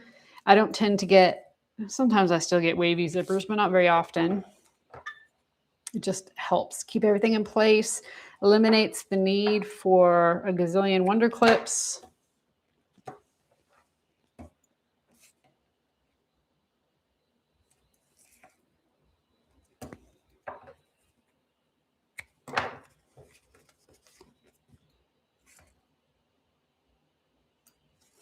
And if you're interested in attending any of the classes we have around the country this year, I highly recommend, obviously, that you do, because number one, I'd love to see you.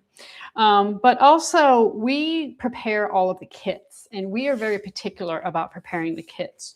Your kits are going to have things like, you're going to have your double-sided tape already on your zipper overlay. You're going to have your double-sided tape on the long edges of your zipper plackets, like here. We really try to get things prepared for you so that you don't have to do all that during class, right? We can concentrate on sewing. And I think that's one of the reasons, or one of the things that makes our classes so wonderful, is that you don't have to worry with all that stuff. It makes it really nice. Now I'll give you a measurement for this zipper tape. I'm just gonna cut some. And the first thing we need to do is prepare this zipper tape for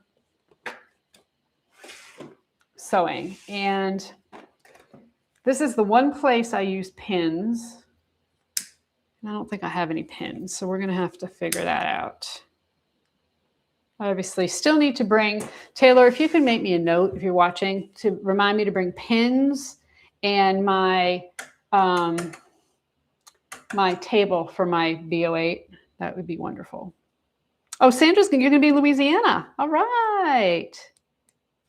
Leslie says 90% of my bags are taped. What would we do without double-sided tape? It is amazing. It makes all the difference in the world, especially when you're using, fabrics like this that you can't put, you just can't put holes in. So Gloria's here. Hello, Gloria. Christine says, love your kits. Wish I could prep as well as you do and your team. Well, thank you. A lot of work goes into these kits. And I'm not trying to toot my own horn, but I can tell you we are very, very, very particular about our kits. I've actually, because of all the classes I'm teaching, I've actually had to hire a kit cutting person. So if any of you lived in the area, you could be my kit cutting person. But basically, Dawn comes in and she cuts kits. She goes home and she comes back the next day and she cuts kits. That's all she's been doing. Doing all kinds of cutting. So it is very, very particular. All right, so since I don't have pins, I'm just going to fold this back and use a little bit of double-sided tape to hold it.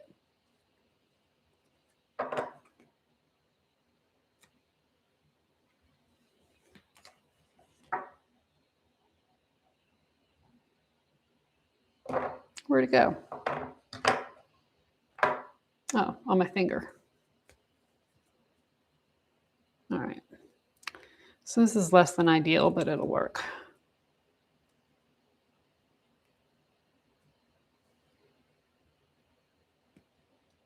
Okay.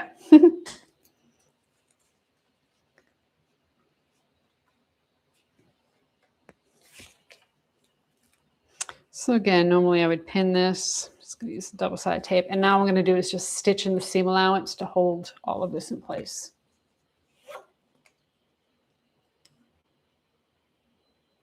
So Leslie says, I know it's controversial, but I use staples. That's not controversial. I'm really bad. I don't get into all the drama of sewing. I really don't. So if it's controversial, I didn't know it. I'd say do whatever works. I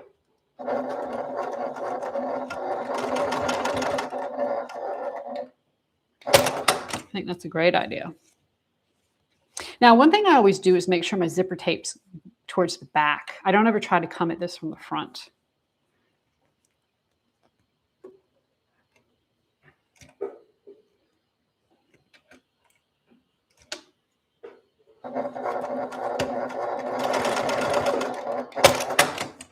All right, good to go.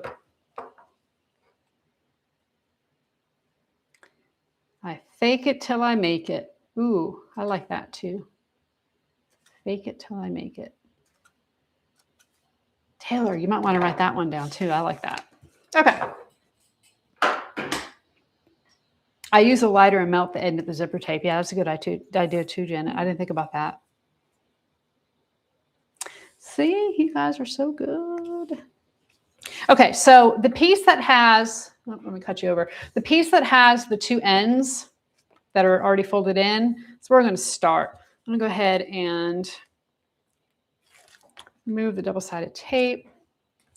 Place the folded edge about 1/4 of an inch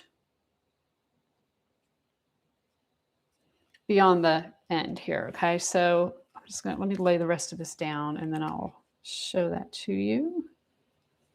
You guys know this stuff. I know you do. But for anybody new out there, we want to welcome you to bag making, welcome you to the addiction, and we're here to help you along. Okay, so you see it's about 1/4 of an inch. Do we have any newbies out there watching? Sabrina Sews says, hi, Chris. Hello. Is anybody just starting their bag making journey out there? If you are, let us know.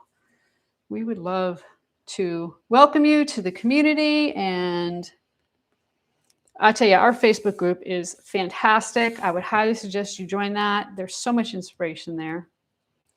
I love that people post all kinds of stuff. I don't know if any of you have noticed, but there's a gentleman, his name is Roger King, and he's been posting some of my less popular free patterns like the Malaya and the Madison, and he's been doing like little reverse appliques on it and all these cute little things. And I mean, I just love that. You know, it doesn't always have to be this big project or big bag. And like Nyasha, you know, posted her bag and she got the bottom backwards on the Jubilee. So what? So her parkas are on the side. It's okay. You know, it's all part of it. And I think it's fantastic. You guys are sharing, and I think they turn out wonderful. Very nice. So make sure you share. Make sure you join the Facebook community. So Christine says, hi, Chris, if I'm still standing, I'm coming to your warehouse. October 10th, you are? That's exciting. Because aren't you in California, Christine? I know you were at Sack Bag and Sew last year, but or you live in Virginia, maybe? Refresh my memory. I try to remember, but I'm not really great at that. Okay, so I'm going to stitch 1/4 inch down the edge here. So for those of you, I did mention this yesterday, we are having our first annual warehouse event on October 10th. We're opening up the warehouse for shoppers. We're going to have some door prizes, some refreshments, and I think what we're going to do, we haven't actually put this out there yet, but I think what we're going to do is we're going to have like little sign-ups. So it's not going to cost anything for you to get a ticket. Okay, it's free. You can just sign on, get a ticket. We'll probably even just send you an email. We probably won't give you anything to print. But if you show up and you show us that email, then you'll get some kind of little door prize.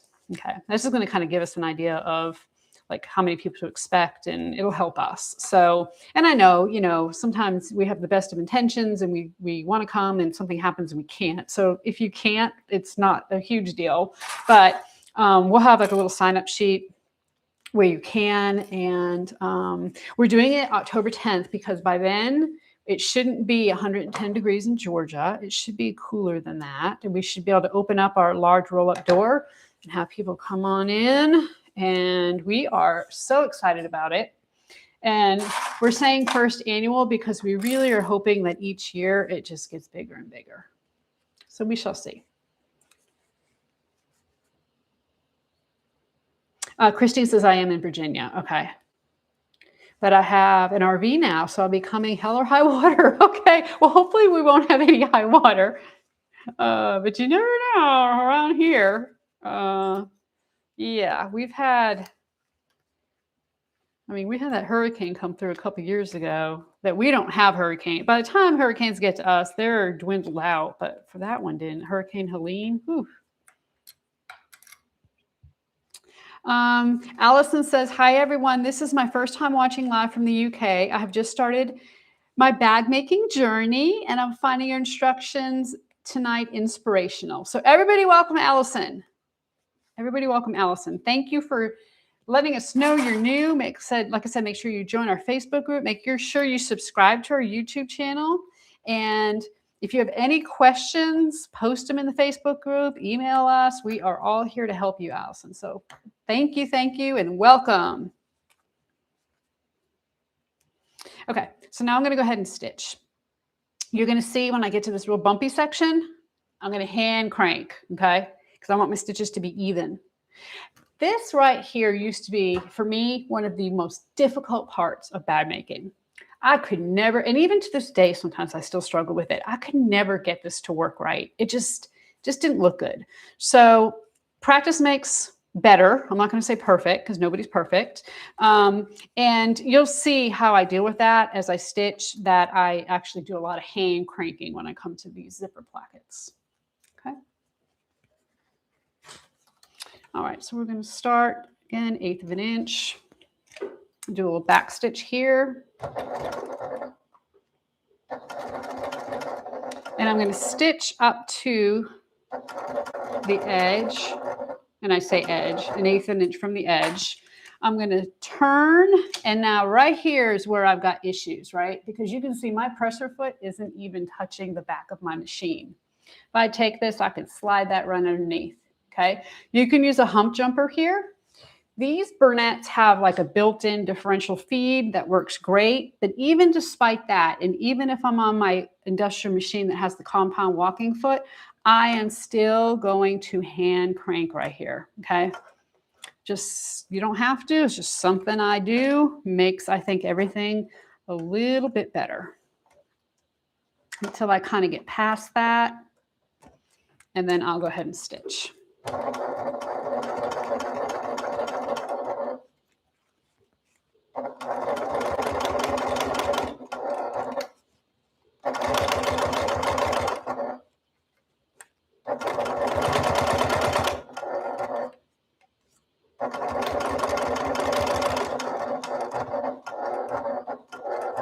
Okay, so right here, I'm going to do the same thing. I'm going to do a couple of hand stitches. And let me tell you, when I do this, my foot is way away from my foot pedal, okay? Don't do this with your foot on the foot pedal.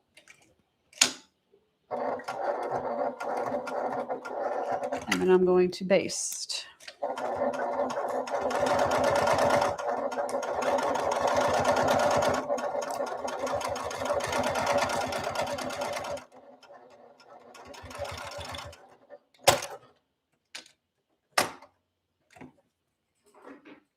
All right. So let's take a look. Oh, let's take a look. So I still have a couple of stitches here that are smaller than some of the others, okay? This one's a little larger. I mean, that's kind of part of it, but I am trying very hard to work on getting those stitches a little more even. Now, on my industrial machine, I don't usually have problems. On the semi-industrials, you know, these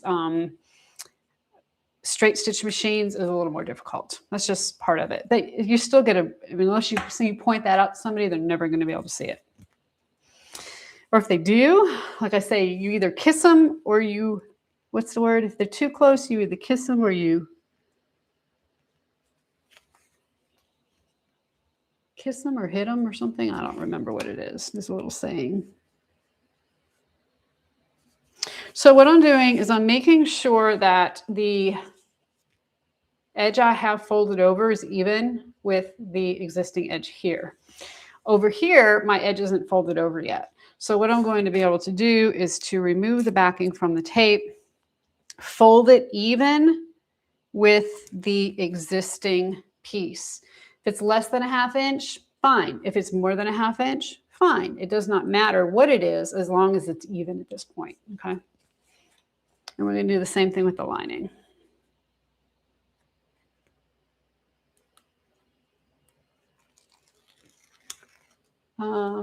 So Terry is also new. So welcome, Terry. All right. Everybody say welcome to Terry.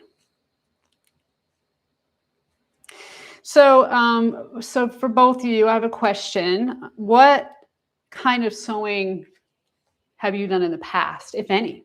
Or are you just a new sewer, period? Or were you a quilter and you're coming to bag making or garment making, garment maker and you're coming to bag making, or you just decided to start bag making, just start sewing? Which is it? I'm really interested to know. So let us know what your experience is. So Norma's here. Hello from Oklahoma City.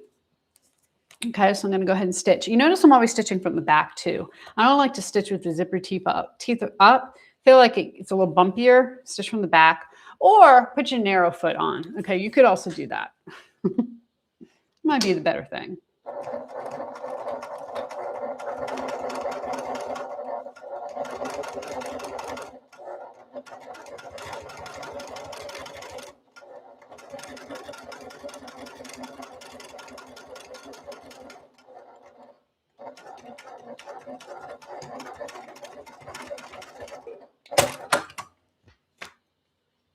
So Terry says dabbled years ago. Okay.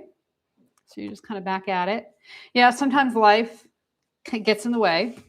I know for me, it had in the past. I've had, times during my life I have not sewed for various reasons. life gets in the way, but I always find I had always found my way back. And a lot of times when I came back to it, I was sewing different things.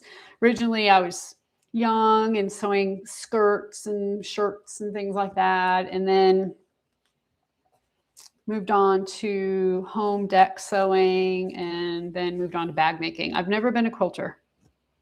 Never interested in making a quilt. Nothing wrong with making quilts. My mom's a quilter. She loves it. My aunt's a quilter. She loves it. But it's never been for me. And that's the reason why the world goes wrong, because we're all different, right?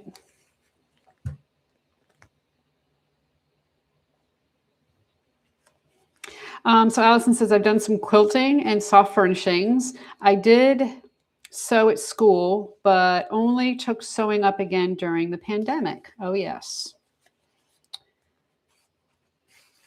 That's when a lot of people, I think, kind of reset and took up crafts of all kinds. Knitting, sewing, crocheting, woodworking, even other types of crafts.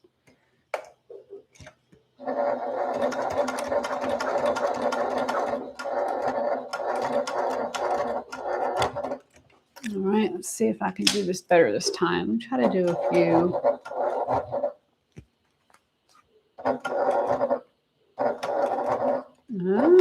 Worked pretty good.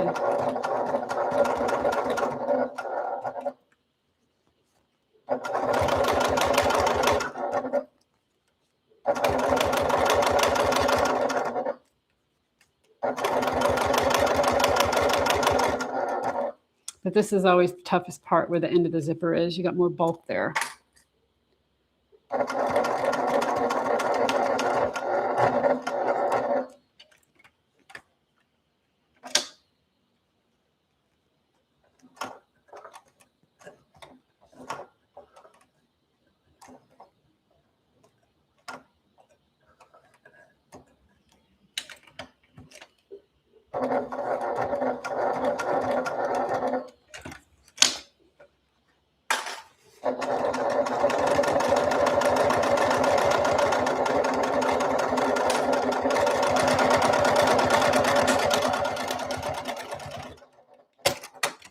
All righty. Got the zipper pocket done.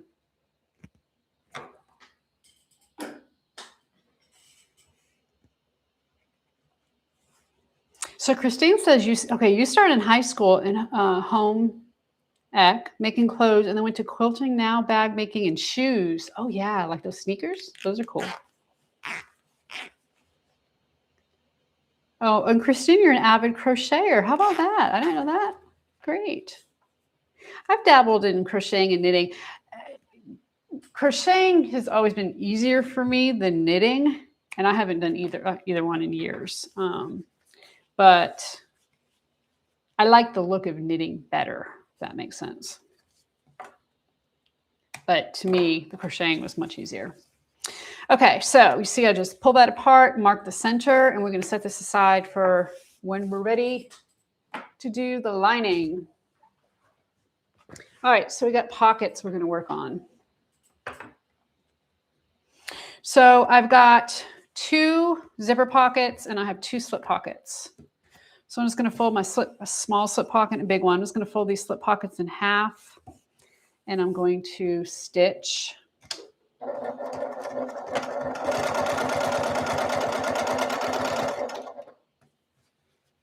Lindiana Jones says, I taught myself to knit and crochet in 2001, but knitting was easier for me. Okay. I did start doing more crocheting years later. I'm hoping after my hand surgery, I can knit again. Oh yeah, I'm sure if you've got hand issues, that makes it very difficult. Sandra says, I make quilt and bags. At home is bags and retreats are quilts. Oh, interesting. Okay. Christine says she's learning knitting.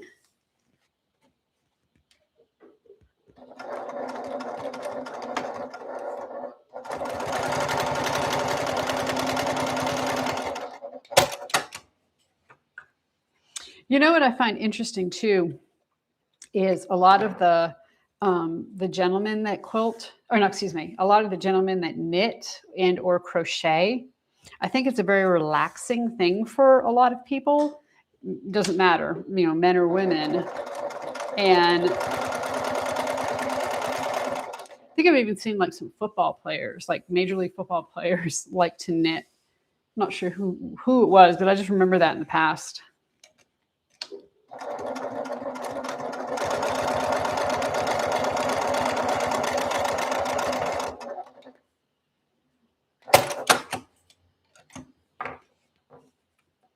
Okay, now for the new people, I want to show you my little trick. So to get perfect corners without clipping, you're going to fold your seam allowance right along your stitch line. You can stick your thumb in and you're going to hold that seam allowance down. And then you're just going to turn this and you're going to poke out that end. And I like to use a little point turner, like a ball point turner. Stick that in. And just like that, you have a nice perfect corner without any snipping, cutting, or anything. So a dressmaker taught me how to do that back when I was sewing clothing. That's how they do it in factories. They don't have time in factories to stop and cut and snip and all that. So they just use this fold method. And yeah, comes out perfect every time.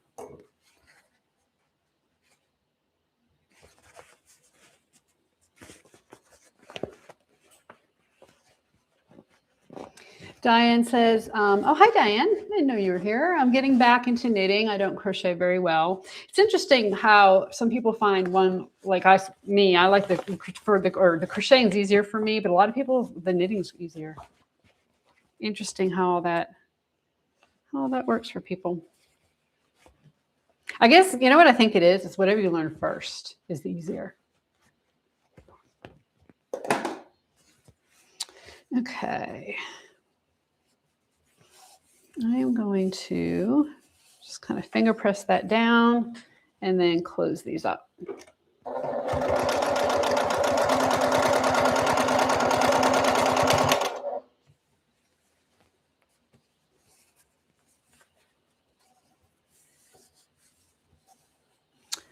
So Annette, who is on here, is a very good knitter. Oh, Arnett, you're a very good knitter. So Norma says, I love knit and crochet, but my favorite is knitting. Okay. And then Jackie says, I was a garment sewist since high school and started the bag making journey around 4 years ago. Okay, yeah.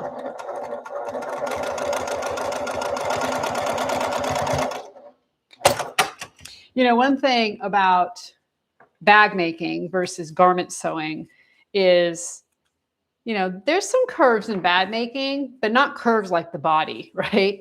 It's, in my opinion, it is a lot easier. There's no two bodies that are the same.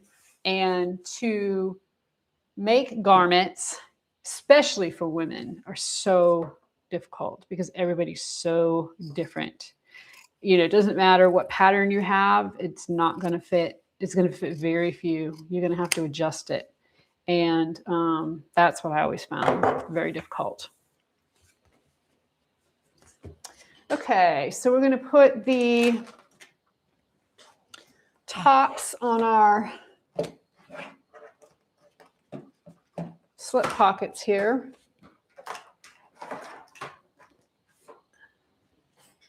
So double-sided tape's already on here. Again, if you are part of one of my classes, that's probably already going to be done for you. I'm just going to fold this over.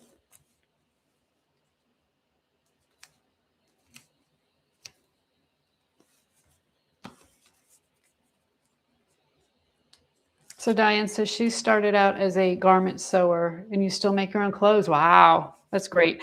I'm not against making clothes for myself. I just don't have time anymore. I actually used to go to New York City and get a lot of garment clothes, you know, garment clothing. What am I trying to say? Garment cloth there. Of course, bend to mood and all that kind of good stuff. And it's, the quality is great. And because around here, I only had Hancock and Joanne. Hancock went out of business. Then it was just Joanne. And of course, we know Joanne's now out of business. But yeah, the places in New York City are really amazing. But a lot of them don't sell by the yard. You got to buy in bulk.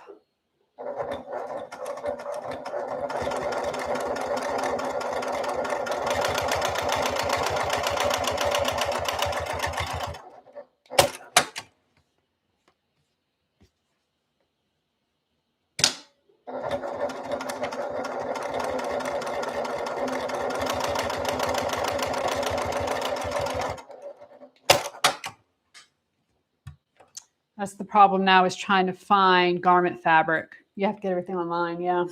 And it's so hard, isn't it, when you're online to the touch, the feel of it makes such a difference. You gotta know, you gotta be able to feel it, especially with clothing, garment fabric. I think even more so than bag making.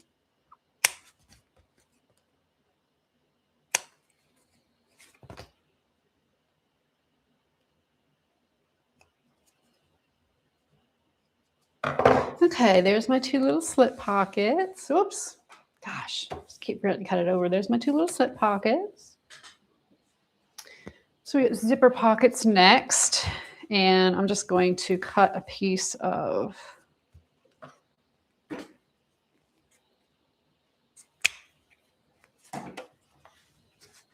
zipper tape. Even for these, I use double-sided tape though.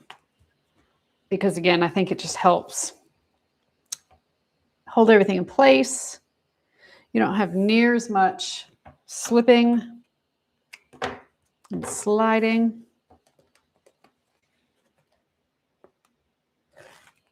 So I'm put the wrong side of the zipper against the right side of the pocket.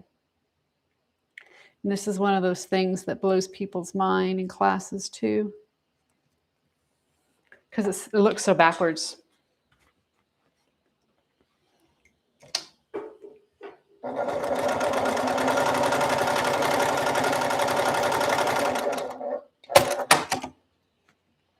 And then I'm going to open up this seam allowance so that my zipper tape is flat. Just always remember your zipper tape needs to be flat, and top stitch that down.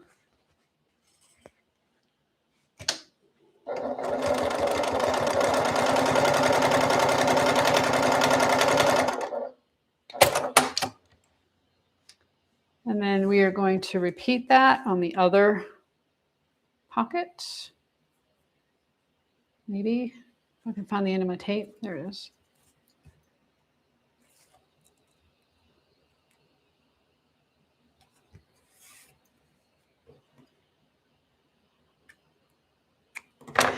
Christine says, Chris, will you have kits for sale at the warehouse sale? Huh, that's a good idea. We might do that. Here's the biggest problem we have with kits, and maybe you guys can help me with this, is because we used to have a lot of kits online. And what we found, and we used to bring them to shows and things like that, and what we found a lot of times is people said, oh, I like that bag, but I don't like that color. Do you have it in a different color? Can I get a kit in a different color? So we ended up with all these kits that nobody liked the color of. So what do you guys think about that? I'd like to get your input on it, because that's the reason why we don't have kits anymore, is because we ended up, a lot of them we didn't sell. We had to take them apart because nobody wanted the colors we chose. But that is a good idea, Christine, if we can figure out what to do with that. So Dogwood Grow Good said, just tuned in. Would missed it if I hadn't started pouring down rain. You had to get out of the pool. Oh, yeah. Where are you? Oh, Canada. No, Alabama. Sorry, I saw the C. Alabama. Yes. So offer an option online for certain materials and colors. Yeah, we thought about that too. And, you know, it's interesting. The um,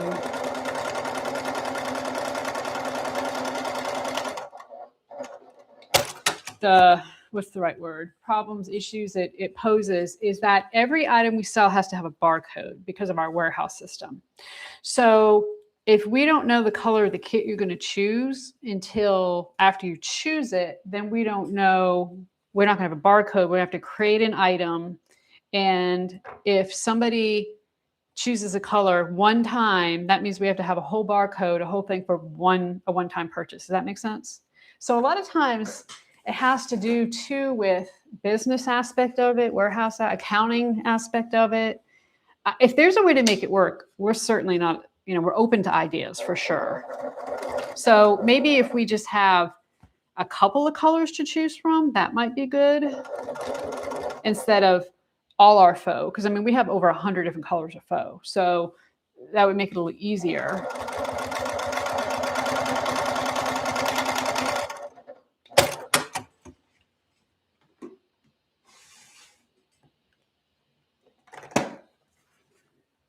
But maybe for the warehouse event, we do some kits. We do some specific things.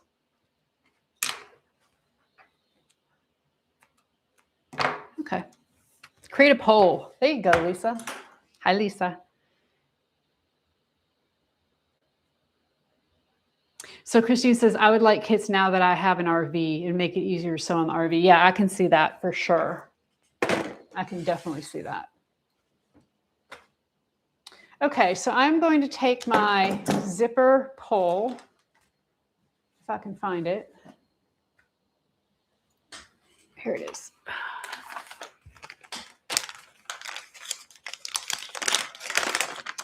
What do I have left in here? Oh, purse feet. I forgot my purse feet, guys. I'm sure I can get those on. Darn it. Okay, zipper pull.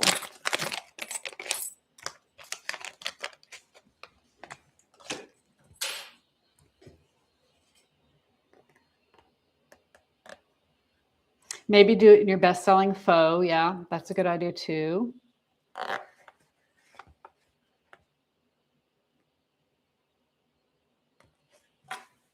So you know what our best-selling faux has been this year? We have things that sell good all the time. Like all the ostriches sell really good. The solids sell really good. We have that.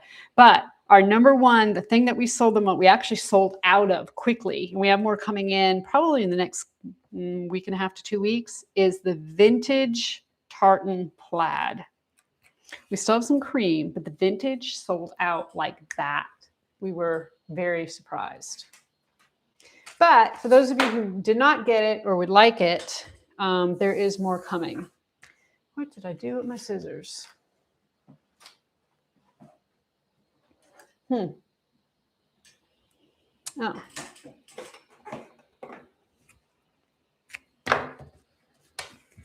Oh, yes, that plaid. Yeah, that large plaid has been good. And we actually have some new things coming too.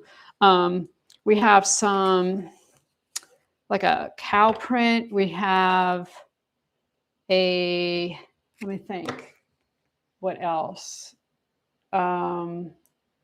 Some leopard coming in. We have, I don't really remember. There's a bunch of new stuff coming in. So we're pretty excited about that. Okay, I'm not going to forget my key fob. Don't let me forget my key fob, guys, okay? Because I'm so bad about that. So Leslie says, matching the seams on that plaid severely tested my skills. Yep. I get it.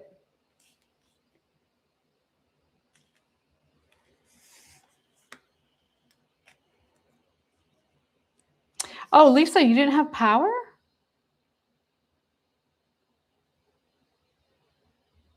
Was it from the storm a couple days ago? I know that Washington didn't have power for a while. Taylor and Shauna said they were maybe on Sunday. Have you been out of power that long? Or is it recent? Maybe Macy's, will it be available at the live sale? When you talk about the plaid, our live sale is leather. So it won't. But are you thinking about the warehouse sale? Once we get it and we get it cut, we'll put it up right away. The large tartan plaid vintage. Christine says, I'm thinking about all my patterns from you and thinking I want to start making a pattern a month. Huh, cool. That would be awesome, Christine. And most of our patterns I've hacks for too. So you could definitely be looking for different ways to make them. That'd be cool.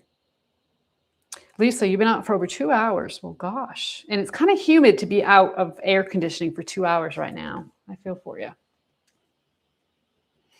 Okay, let's see.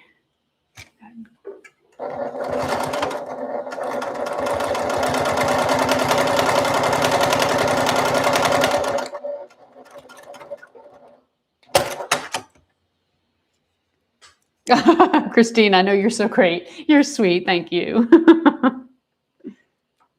Okay, so the next hack we're doing is we're going to hack the little Leah, right? Very rarely do I hack the little Leah, but we are going to hack the little Leah, and we are going to, if everything goes okay, this is the one thing I don't like saying, because, sometimes I get into these hacks and it's like, what the heck was I thinking? But we're going to add a iPad sleeve in the center if it goes right on the inside. Instead of a water bottle sleeve, we're going to add an iPad sleeve. So we'll see. Okay, so from here, I'm just going to take this over to my cutting mat. And I'm just going to cut off, this is about 1/4 of an inch, going to cut it down to about 1/8 of an inch. So I have a nice edge. It's take me a second to do that.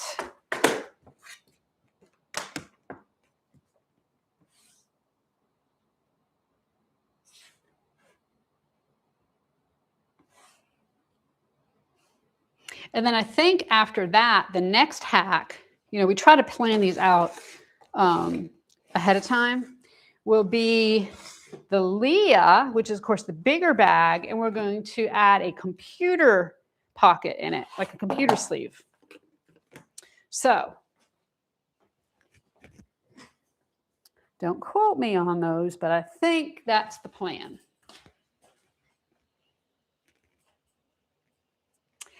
Do we have a little Leah, or do we have a Leah sew along next month? Yes, we're going to have I think what we're doing is a little Leah next month to add the iPad sleeve.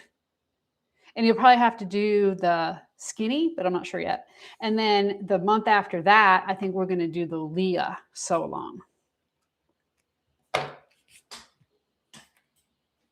And then after that, we're going to be taking, if you've been watching Bag Maker's Workroom, at the end of July, July's going to be leather month, like it was last year. Self-proclaimed leather month. And once we get through July, we're going to take a little break from Bag Maker's Workroom until November, because I'll be on the road a lot. And it doesn't make sense for us to try to continue to pre-record and all that. So we're just going to take a little break, and then we'll come back when the traveling's done, or mostly done. I don't know if it's ever going to be done, but mostly done. And then we'll continue on from there. So Shauna says, okay, Shauna's my Bag Maker's Workroom guru. She says, little Leah in June, Leah in July. Okay. So Christine says, my favorite bag is your big Leah. Ooh, I don't hear that too often. I like that.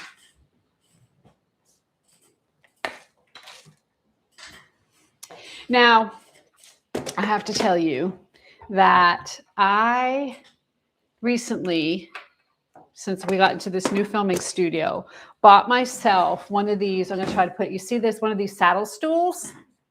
Okay. Lisa, my friend Lisa Sweet, has one, and she let me borrow it.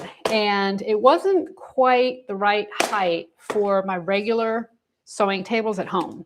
But here in the studio, These tables that we have are adjustable, so I was able to adjust them a little higher, and it is perfect, and I really like it. So if you are interested in one of these saddle stools, you need to look at those because it really does make it nice. I think I actually got mine from a medical supply store, and it wheels real nice. You know, it's smooth, and it's very cool. So thank you for turning me on to that, Lisa.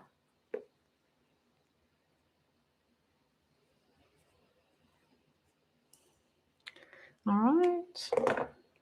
Love the sew-alongs. Love it.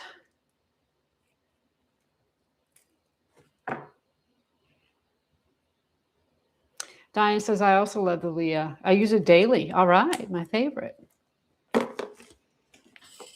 So for those of you who don't know, the Leah was made for my sister-in-law, Leah.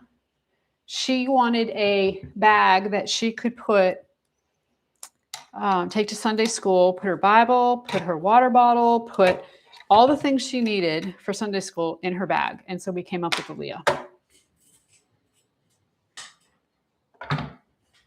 Which is why it's named Leah.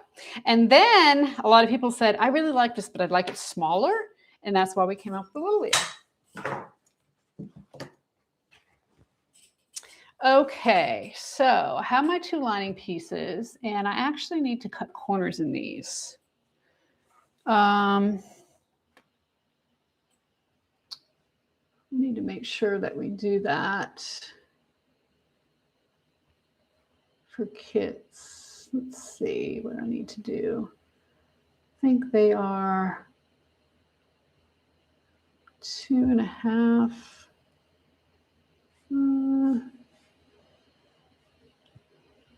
So we cut this for measurements, which is great because you can do that with the Julie. But if you do it for measurements, you need to cut the corners out of your bottom. And of course, we have our new corner rulers, which are great. I don't have one here yet with me. I'm going to have to grab one from the warehouse. But we're going to cut 2-inch squares.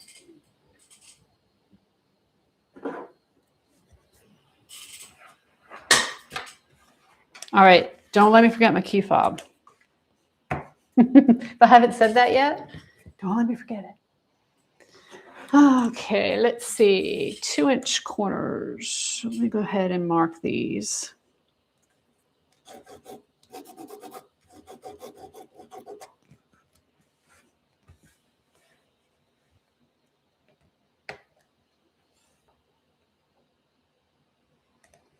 Another thing to add to your workroom list, yes. My rulers. I have them at home. I just don't have any here. Well, I have them at the warehouse. Where I'm at the warehouse, but it's a separate building, the recording studio. And so I don't have one physically here with me. So I have to do this the old-fashioned way.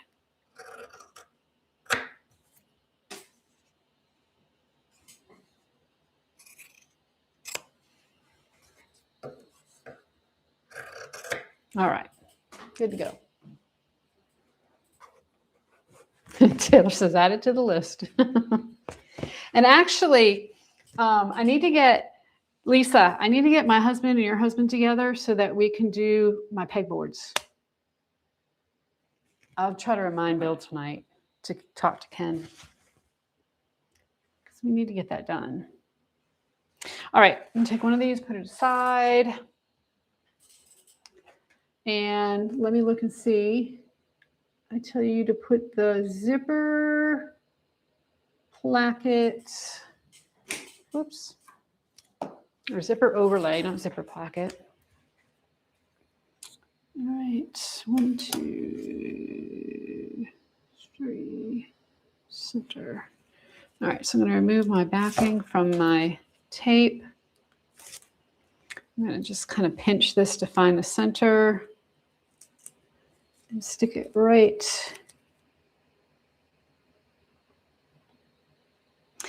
Taylor, can you also add, I'm sorry, I keep bothering you. I know you're trying to work.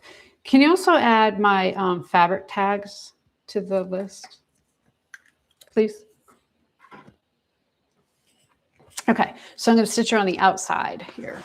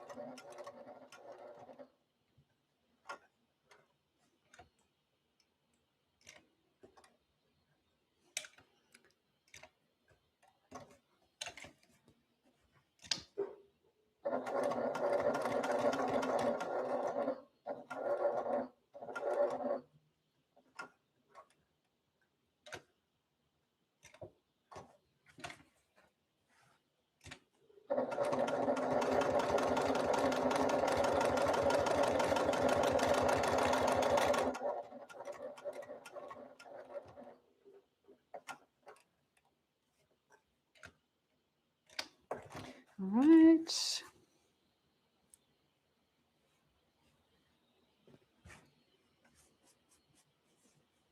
Yeah, Leslie says I need Taylor in my life. Yes, you do. Taylor, but I'm not giving her up. I'll tell you right now. She is, oh, everybody on my team is absolutely amazing. And I got to tell you, they're worth more than I could ever pay them. They're all just, I just can't say enough good things. I am so lucky. I'm so fortunate. They're all fantastic. We have our secret weapon, which I don't mention her name that often. Susan, she's what we call our secret weapon. She works at the warehouse. She actually does some of my accounting work too, but she, back, my husband and I were CPAs. We had a CPA firm that we owned in Augusta, and she was actually our office manager there. We just called her the gatekeeper. She kept us straight.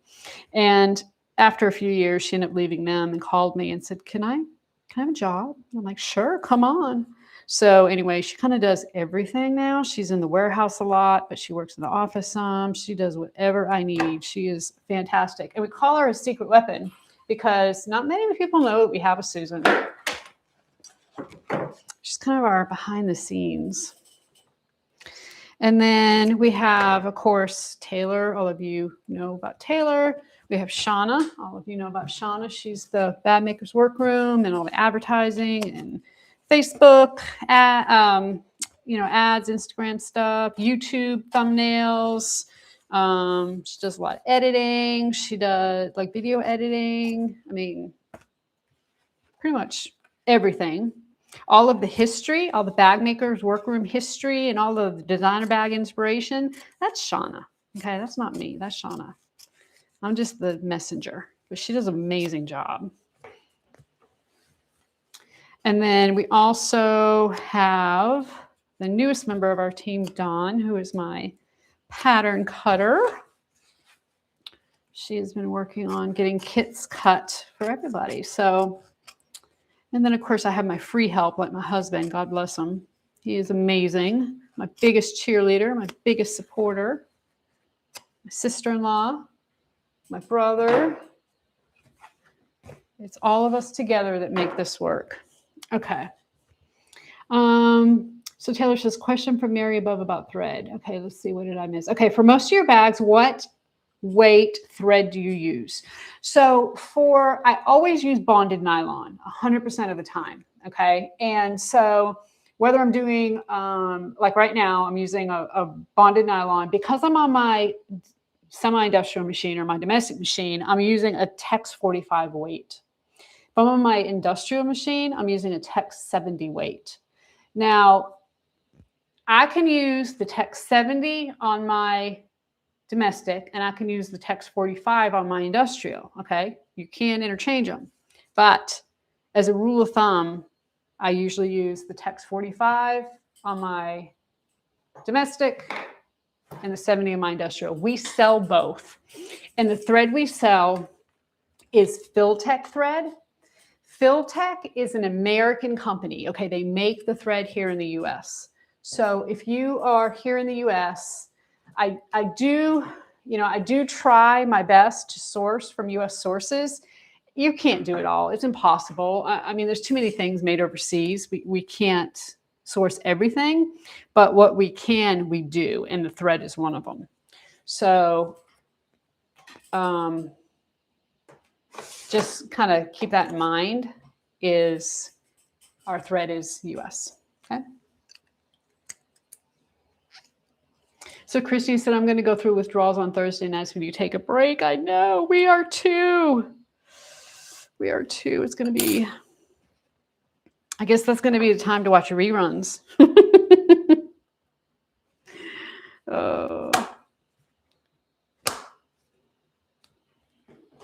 Don't forget, we do have a Tote magnet coupon for you. If you go on our website under resources, you can go ahead and use the code and get a discount on the Tote magnets. So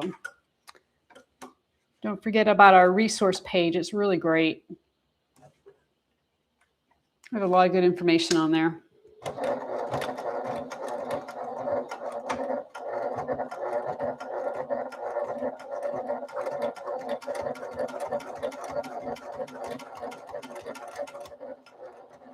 One of our newest things we put on there, I don't know if any of you are familiar with the goat tote.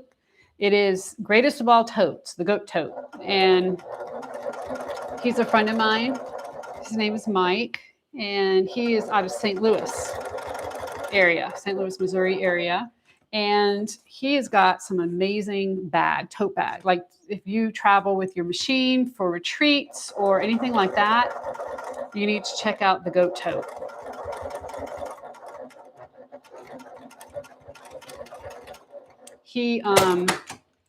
We also have a code on under our resource page for a discount on those as well.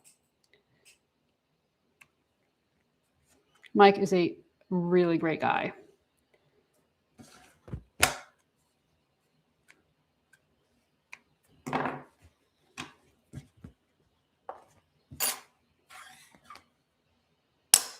Mary said, thank you so much. You're welcome. Sorry, I missed that question, but Taylor, thank you for pointing it out. Okay, so I just put my little pocket on first because in the past, I may or may not have sewn my zipper pocket together when I put my little pocket on. So we'll just leave it at that. So I always try to do that first. And then I'm going to go ahead and peel the backing off the double-sided tape and center my zipper in the opening.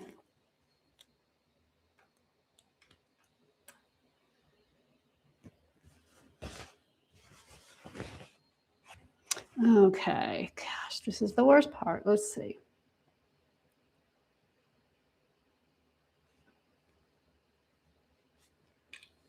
Da-da-da. Okay, I think I got it the first time. Woohoo! All right, so now I'm going to, whoops, now I'm going to stitch, make sure my pocket's open on the back, meaning laying flat. I'm going to stitch around the smaller opening now.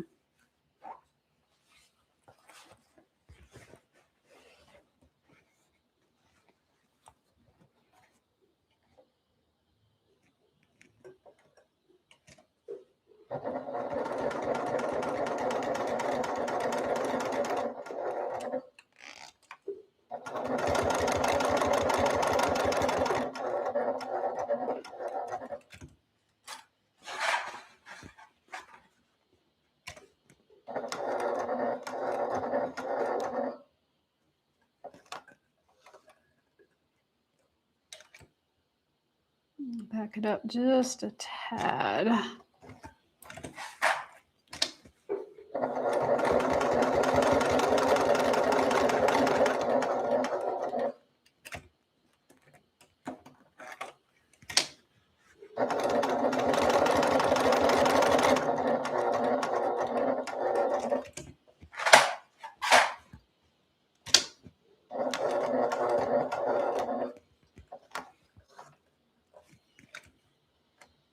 And we're going to talk about thread. Let's talk about needles for a second. I am using a 9014 leather needle. And these machines, when I say these machines, these kind of semi-industrial machines are supposed to use a specific kind of needle. It's like a high-speed needle.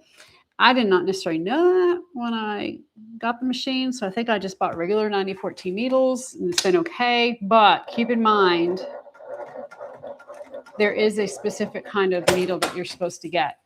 And Schmetz makes them, so it's not like it's anything too crazy. But you might want to check that out.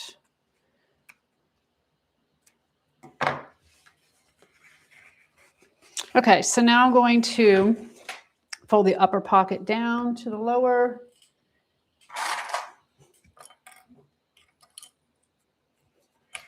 And I know I mentioned this yesterday when I was sewing, but for those of you who weren't on yesterday, don't forget that our live leather sale is Friday. It is at 12 Eastern time. And we have new hides. We have old hides. Our old hides, almost all of them are discounted. Some of them are like 45% off. Okay, so if you are interested in trying to work with leather, even if you don't like the color of the hide, it's going to be worth getting. So make sure you join us Friday at 12 Eastern. Okay. Sorry, I took my upper pocket, put it towards the lower, went ahead and wonder clipped and cut off the excess, which is about an inch and a quarter. So now I'm going from this right side, I'm going to take the side and pull it away, and I'm just going to stitch down to the bottom on the sides only, leave the bottom open.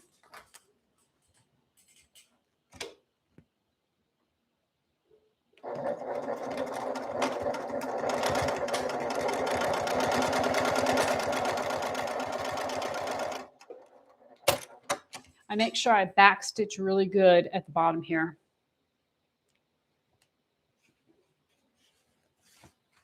All right, we're going to turn it around and do the same thing. I'm going to go from the bottom up to the top, make sure I back stitch really well.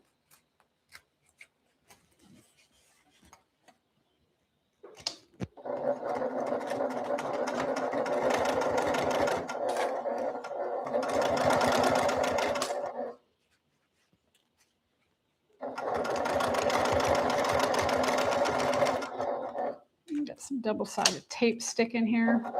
There we go.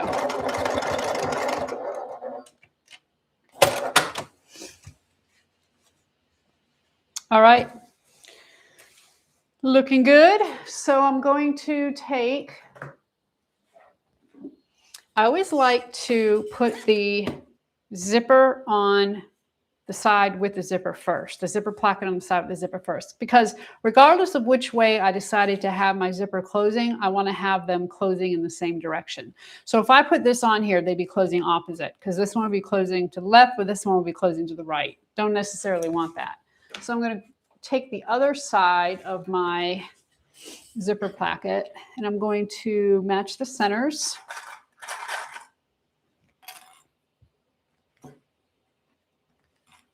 And I'm just going to go ahead and stitch this on. Okay, I'm going to just use an 1/8 of an inch seam allowance and get it on. And then when I'm through with that, I will take the upper lining and stick it right on top. And we'll stitch that on.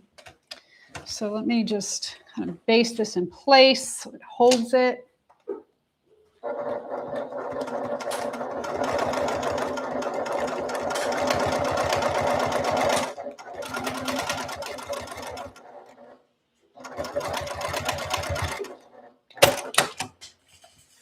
Yeah, Lisa, key fob, thank you. I'm going to put it on my other side, so don't let me forget that. Christine says, I won't use my leather yet because I get skip stitches. What machine are you using? Do you have a B08? I think you do. Can't remember.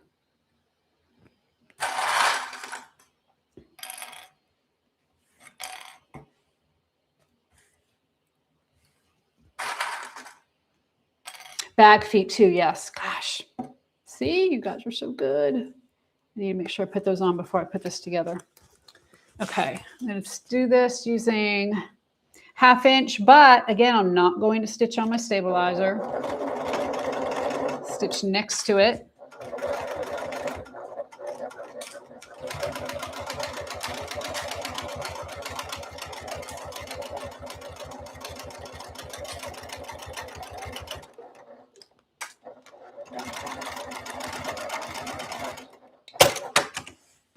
Okay, and then I will push this towards the top and top stitch.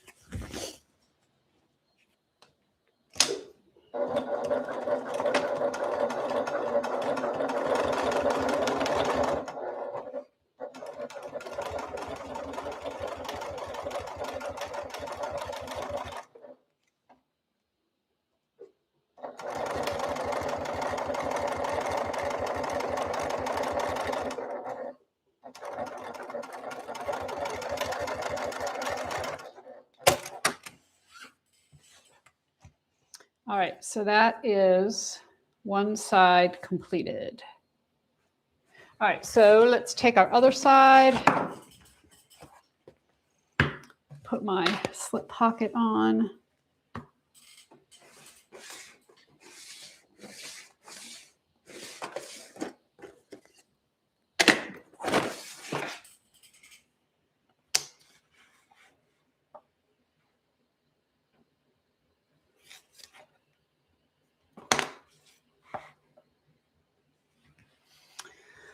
Okay, let's see.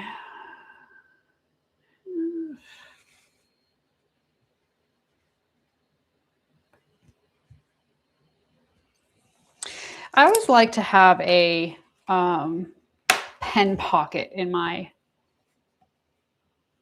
larger pocket. It's just, I don't know. It's like, it seems like wherever I go, I need a pen somehow.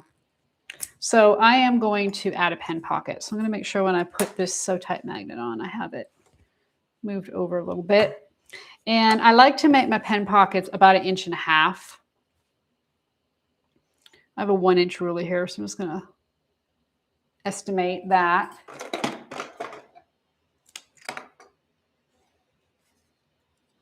Use my Sew Line erase pen to draw a line, and now I will stitch. Hello, Fran. Oh, you're from Australia. Gosh, we've had a lot of people from other areas of the world joining us today. We appreciate that.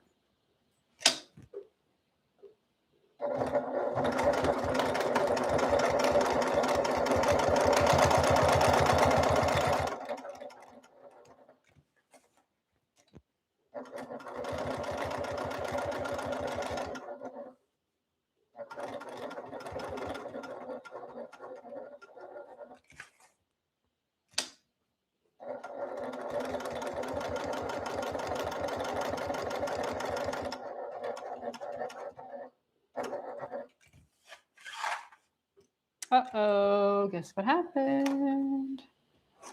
I had a feeling I was getting a little short.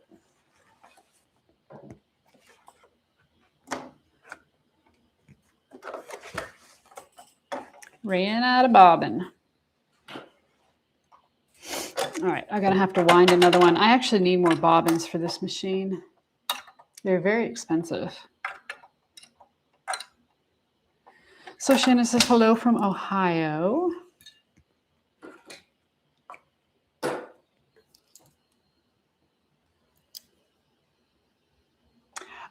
Shannon, were you at Pins and Needles? Where are you from in Ohio? Oops.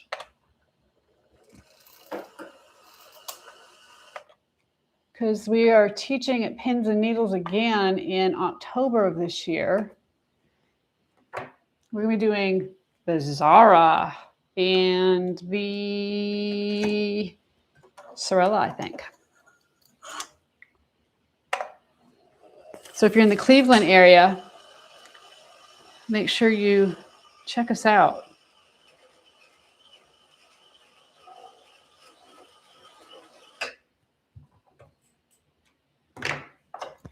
One thing I will say, it's very easy to wind bobbins on this machine. It has a separate bobbin winder motor.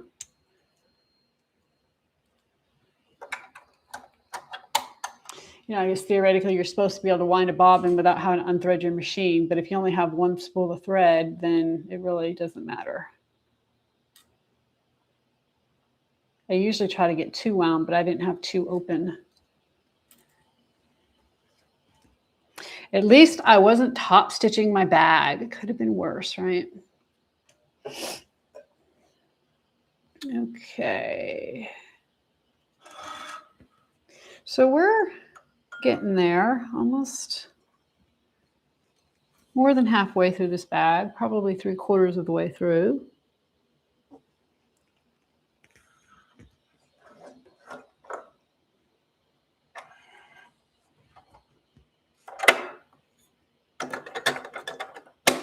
All right.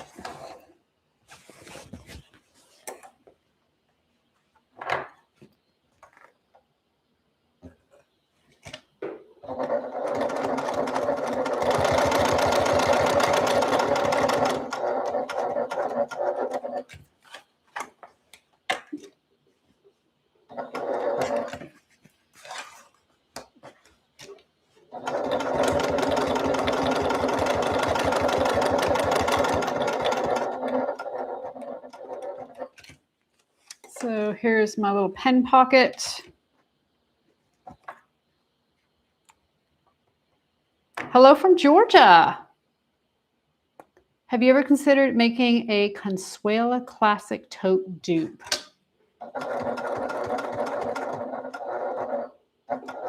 So I don't know that we have, but we can definitely look that up and see.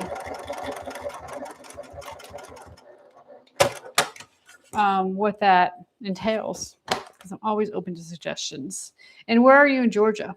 Because don't forget, we have our warehouse sale in October, and we're in Thompson, Georgia.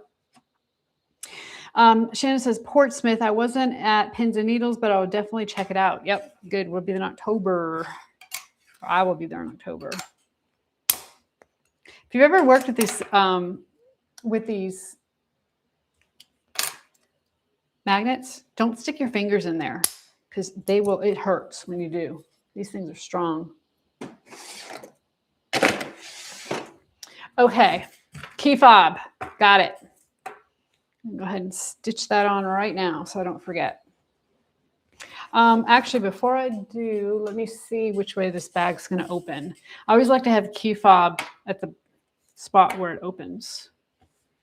So stick this on.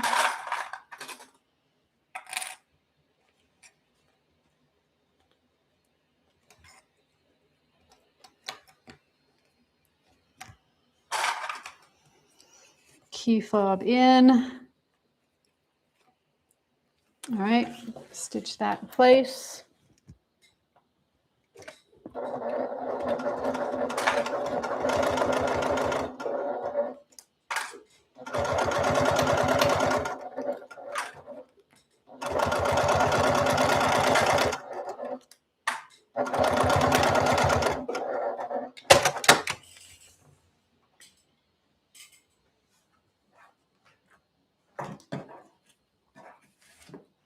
And then the last piece, my final upper lining piece.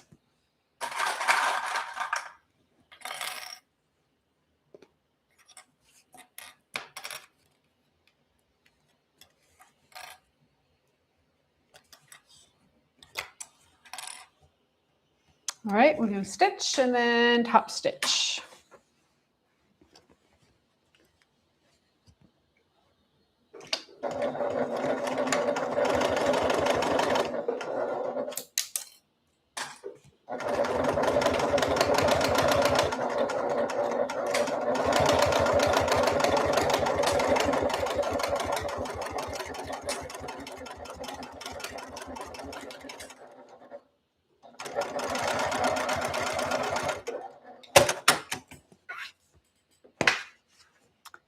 And then we're just going to leave the seam allowance pointing up and fold this up and top stitch.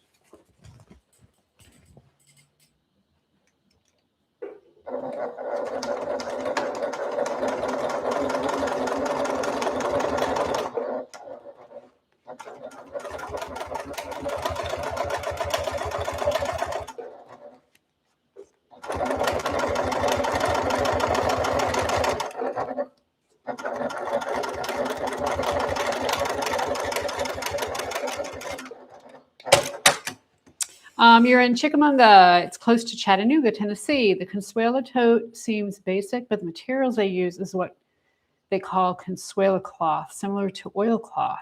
It's a very sturdy tote. Okay. I'll definitely check it out because once the tote is done, you can really make it out of anything, right? I mean, that would be, Consuela has some really cool, we had a bag maker's workroom with the history of Consuela one time.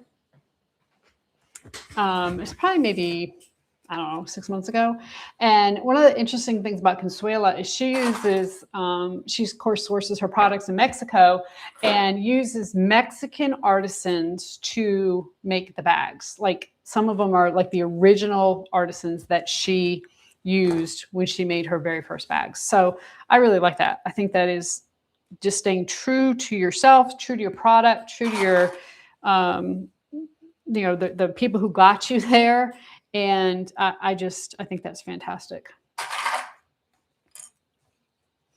So I am going to clip these sides together. Now you always want to make sure that your upper linings match, right? So I'm going to make sure that is correct right there. That's the most important part. Wonder clip that. I will start there. There's no rule that says we have to start at the top or at the bottom. Start wherever we want. Now, a lot of my newer patterns have got a taper to the lining. This was one of the first ones. We don't have that. So what we're going to have to do is start out at a 1/2 inch and then increase it. And a lot of times I'll increase it to up to 3/4 of an inch to take away that bagginess that sometimes we get in linings.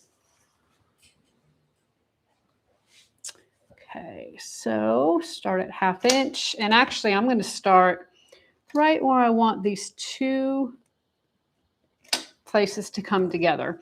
One of the first things I learned when I was sewing, when I was a little girl, is put your needle in first. Once your needle's in, no matter what you do, even if the presser foot's up, these two pieces will not come apart there. That's the most important part that we want to match. So that's where I always put my needle in. And then I'll go backwards to the top and then come on down.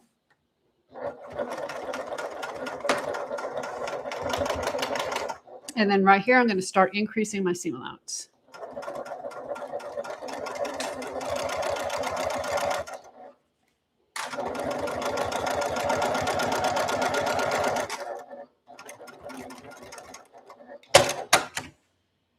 Okay, we're going to repeat on this side. Go ahead and start right where I want my upper linings to match. Put the needle in.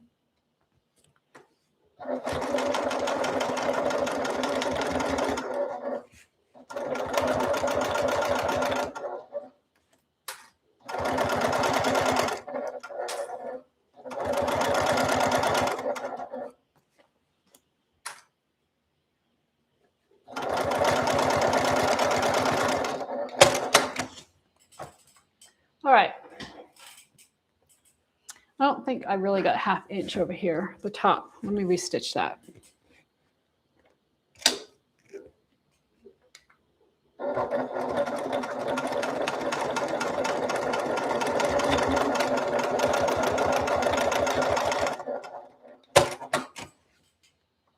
All right. Purse feet. Got to hit those in. Cannot believe I forgot my purse feet. So since I didn't measure properly ahead of time and put these in, I'm going to have to do my best to measure from the bottom.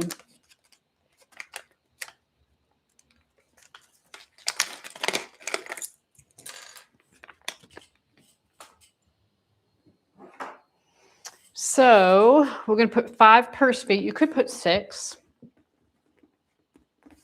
And put 5. So I know I want to put one directly in the middle.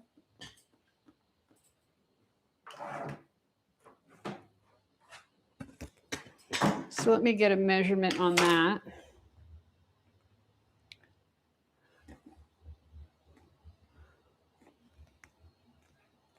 So let's write it 6. Oh gosh.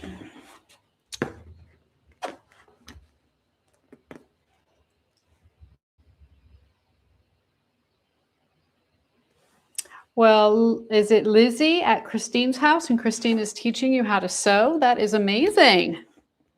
I love that. How old are you? Let's see. Let me write it to. Let me write about here.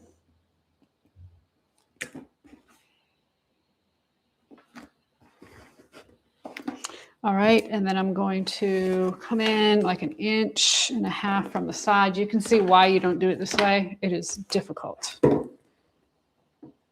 So 1.5 inches. And honestly, I'm just like coming up with something that I think looks good right now.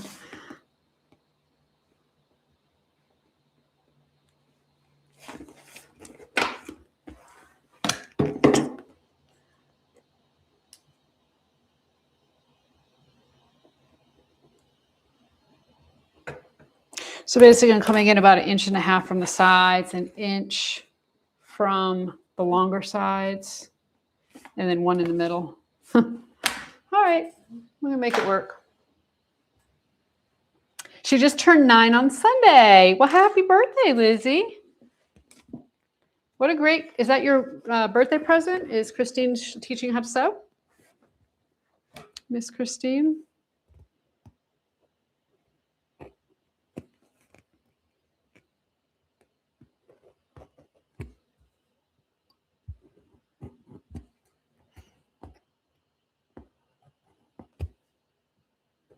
This is what happens when you don't follow the directions. You just wing it, a bag, you forget something. Ay, ay, ay. All right, get these in.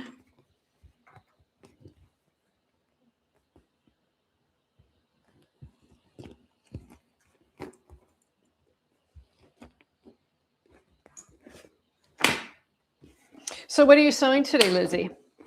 Anything specific? We have a really cool little phone pattern, bag pattern for beginners that you can download. And I actually was teaching a young lady how to sew and came up with that pattern for her. It's called the Malaya. It's free on our website. You can use just fabrics, and it is really it's a cute little pattern. You can use webbing for the strap. So take a look at that.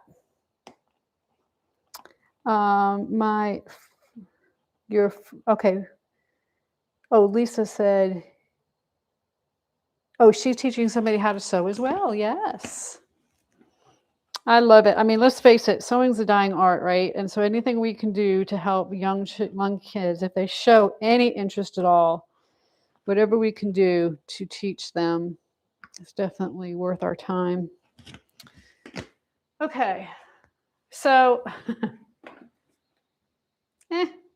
it works. I'm going to put a little bit of double-sided tape on those. I especially use it on here because, these feet are the prong back, and they, I think they don't, a little double-sided tape does them good. Or, Lisa, I think you said you used Gorilla Tape, right? I know you guys all used kind of different things. The bad thing about double-sided tape is the backing does tend to come off when you turn the bag, and it's kind of a pain. But any kind of duct tape, Gorilla Tape works good as well. All right. So we are in the home stretch. We're going to put this bag together. And of course, we're going to do that by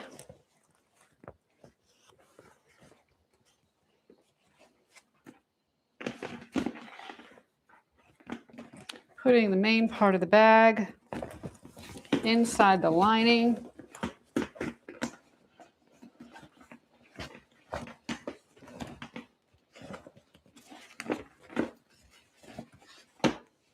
I should have found the center of my sides first. So let me do that because we want to match up the center of the sides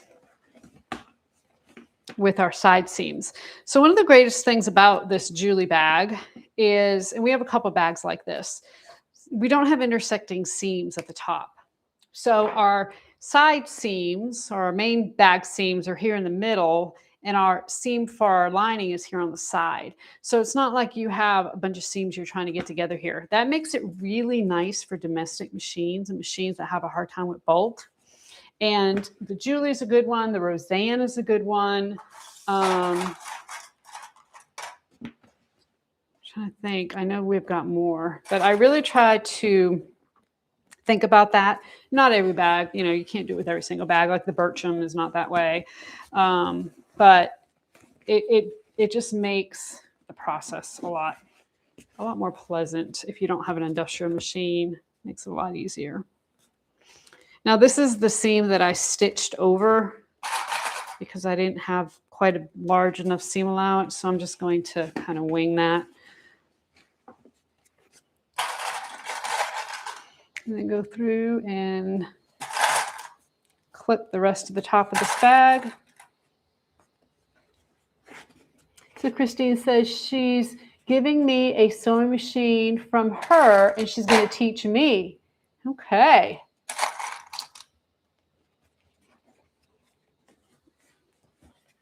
Well, there you go.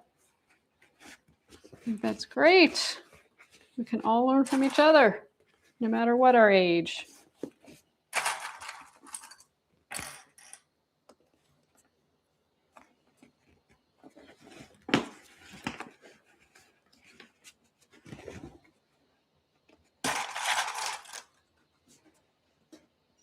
Okay, so I'm going to stitch this top seam all the way around. Got a couple more spots I want to put Wonder Clips. And I don't know about you, but over time, Wonder Clips, they do wear out. They do break. They're not as strong. So, don't think you have to keep the same Wonder Clips forever. I recently had to revamp a lot of mine. All right.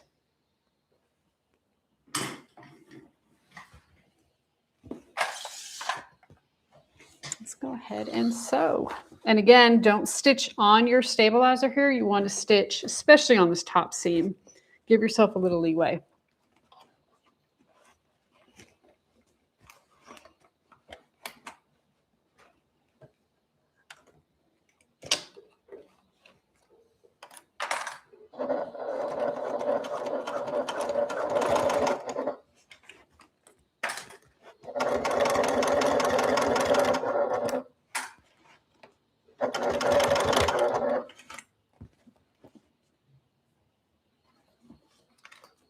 I'm just going to kind of roll this bag as I go.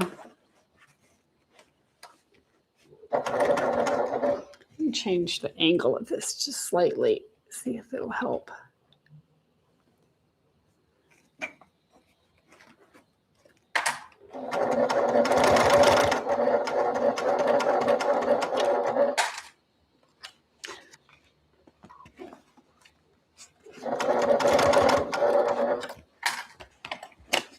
Okay.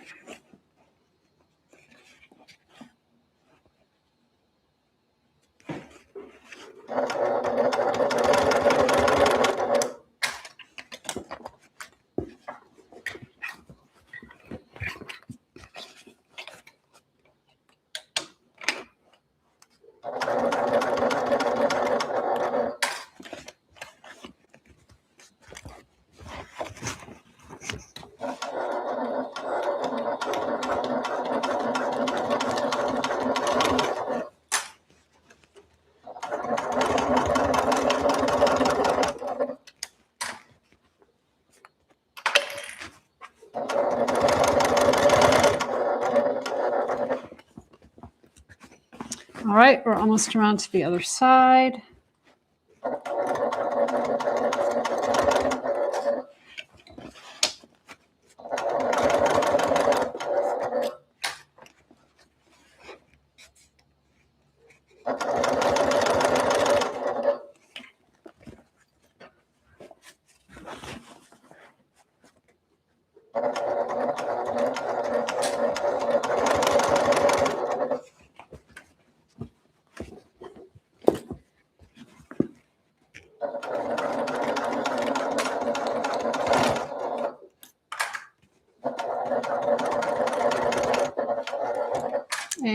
here we are.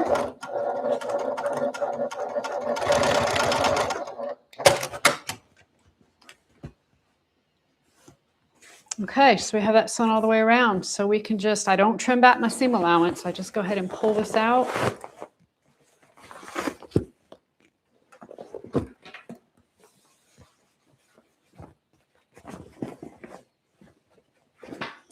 Go ahead and push the lining inside.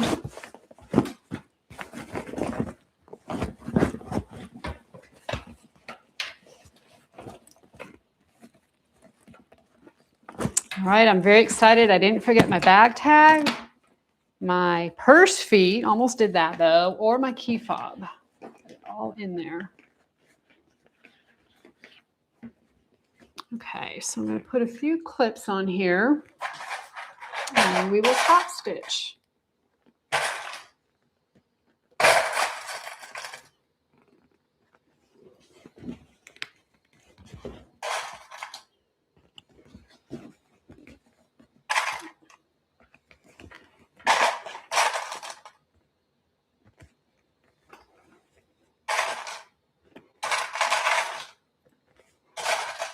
So my plan is tomorrow, I need to make a birchum. So tomorrow I'm going to make a birchum, hopefully. We'll have our Thursday night live stream like normal. And then Friday we'll have our live leather sale. And that will bring us to the end of the short week.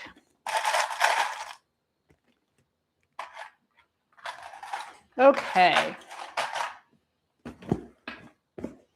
So now we're going to top stitch. Now, I know a lot of you like to do a couple things you can do. You can take your machine, kind of have it off your table just a tad, so it kind of acts like a cylinder arm.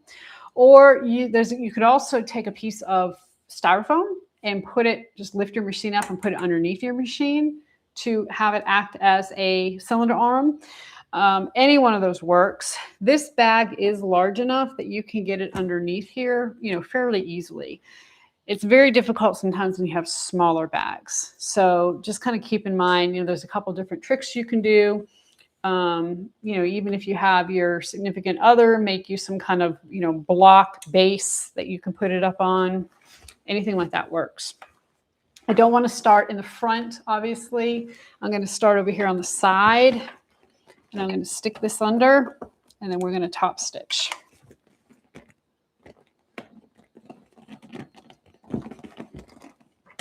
And you almost, with this fabric, with this faux, you almost don't have to top stitch. I'll tell you what, another thing I'm going to do. I'm going to change my foot out and put my narrow foot on. If you don't stitch on top of your stabilizer, you can almost get away with not top stitching bags sometimes. So just kind of keep that in mind too.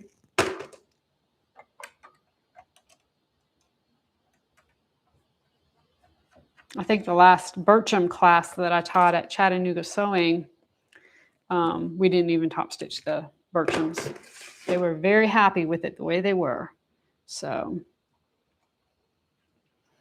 don't always have to do that.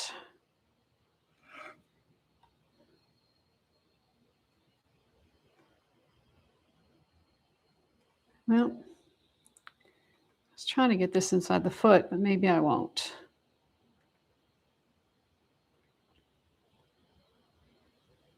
So this narrow foot does not have an opening in the front. Okay. So go ahead and stick this on. This is my 1/8 of an inch foot. If you haven't lessened the presser foot tension on your machine, now would be a great time to do so. This is the part where you have the most bulk, okay? And just take this slow. Just make sure that the section you have in front of your needle is nice and straight. You've got a section right there to stitch.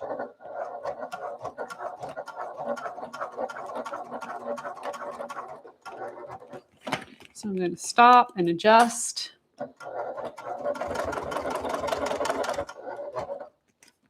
Stop and adjust.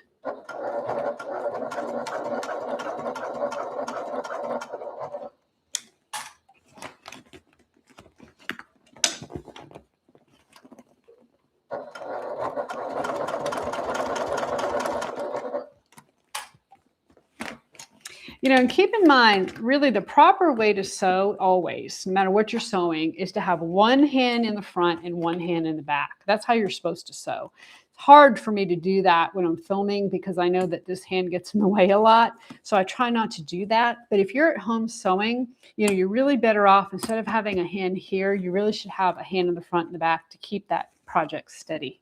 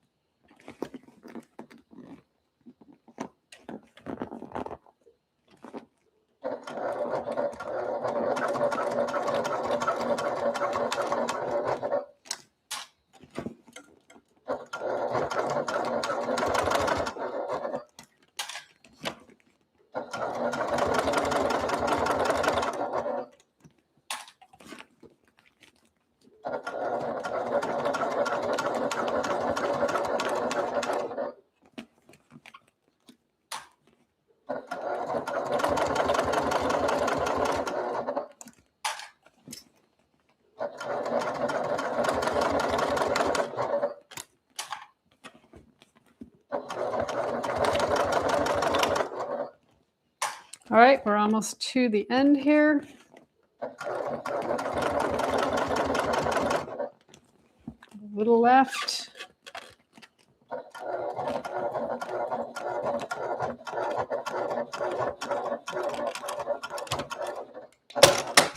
Get a little back stitch there. Go ahead and cut my threads.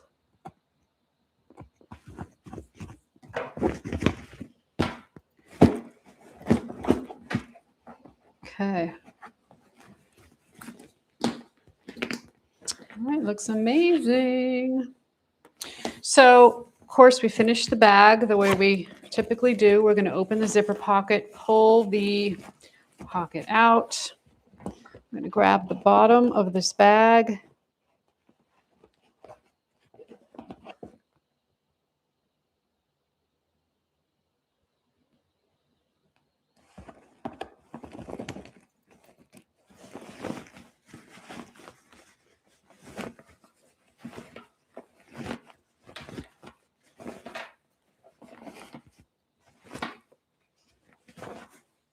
We're going to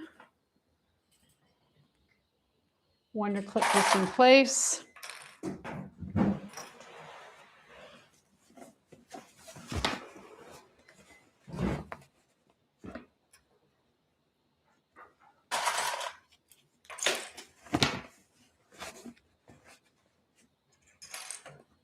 Once we stitch this, we'll box our corners.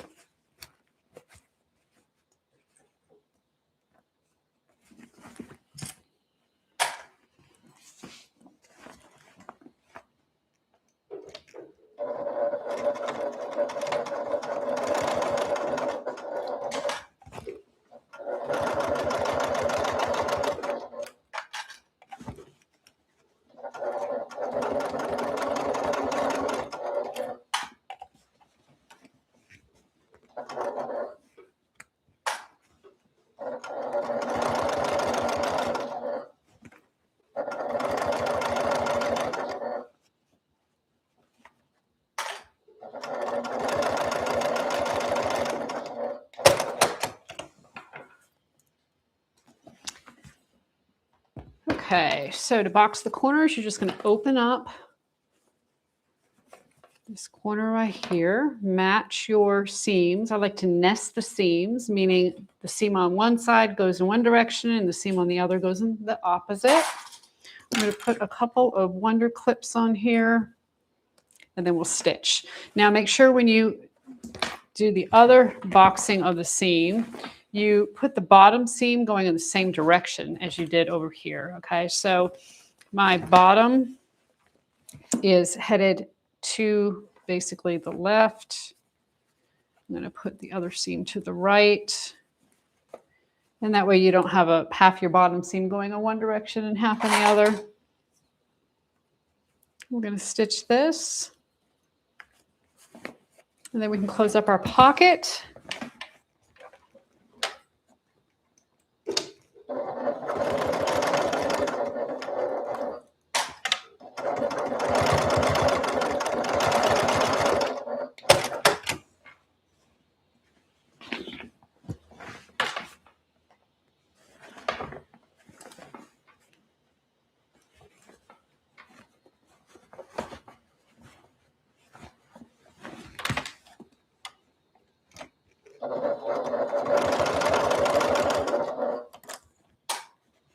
So as I mentioned before, we have pulled this off the website just because we're using it to cut kits, this faux. If we have any left over after cutting kits, we'll put it back up. But just kind of keep that in mind. This fabric, this lining goes perfect with it. It's like it was made for each other.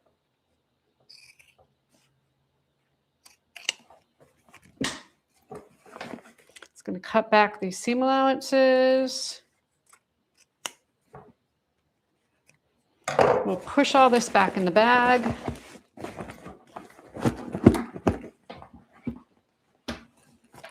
And then we're going to take our zipper pocket and we're just going to fold this to the wrong side.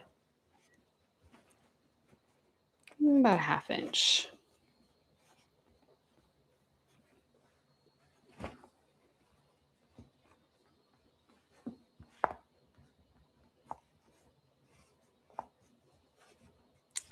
Put a few wonder clips and then we will finish up.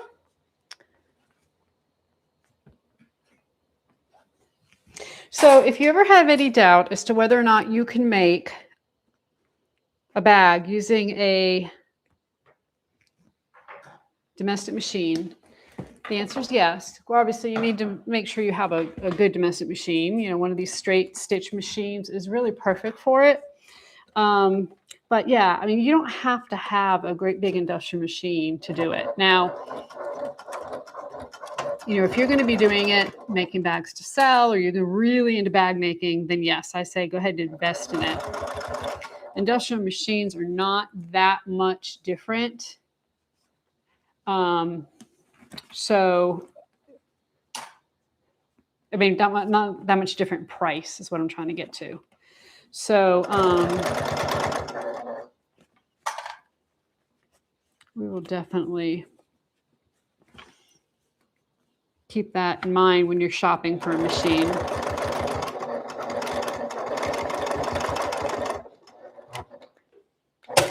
And of course, one of the machines that I do have that y'all kind of know about is my new Reliable machine. It is a kind of a travel industrial machine. And when I say travel, small enough you can take it with you. It doesn't have the separate servo motor. Everything is encompassed in the machine. It's heavy, yes, but if you needed to take it to a retreat, you certainly could do that.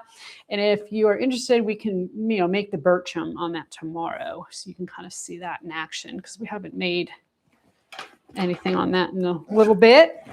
All right, so I'm just going to make sure that everything. Look at how nice that lining fits. That is fantastic.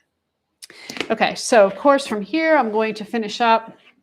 I'll just take my strap connectors. I will put them on. I'm just going to rivet these on. I'll do that later. Just put a little clip for right now. Put that on each side. And then I'll add my zipper pull to the top zipper and my zipper end. Just go ahead and put this one on. And then we will move the camera so you guys can take a look. But yeah, isn't that pretty? Great summer bag. Really beautiful.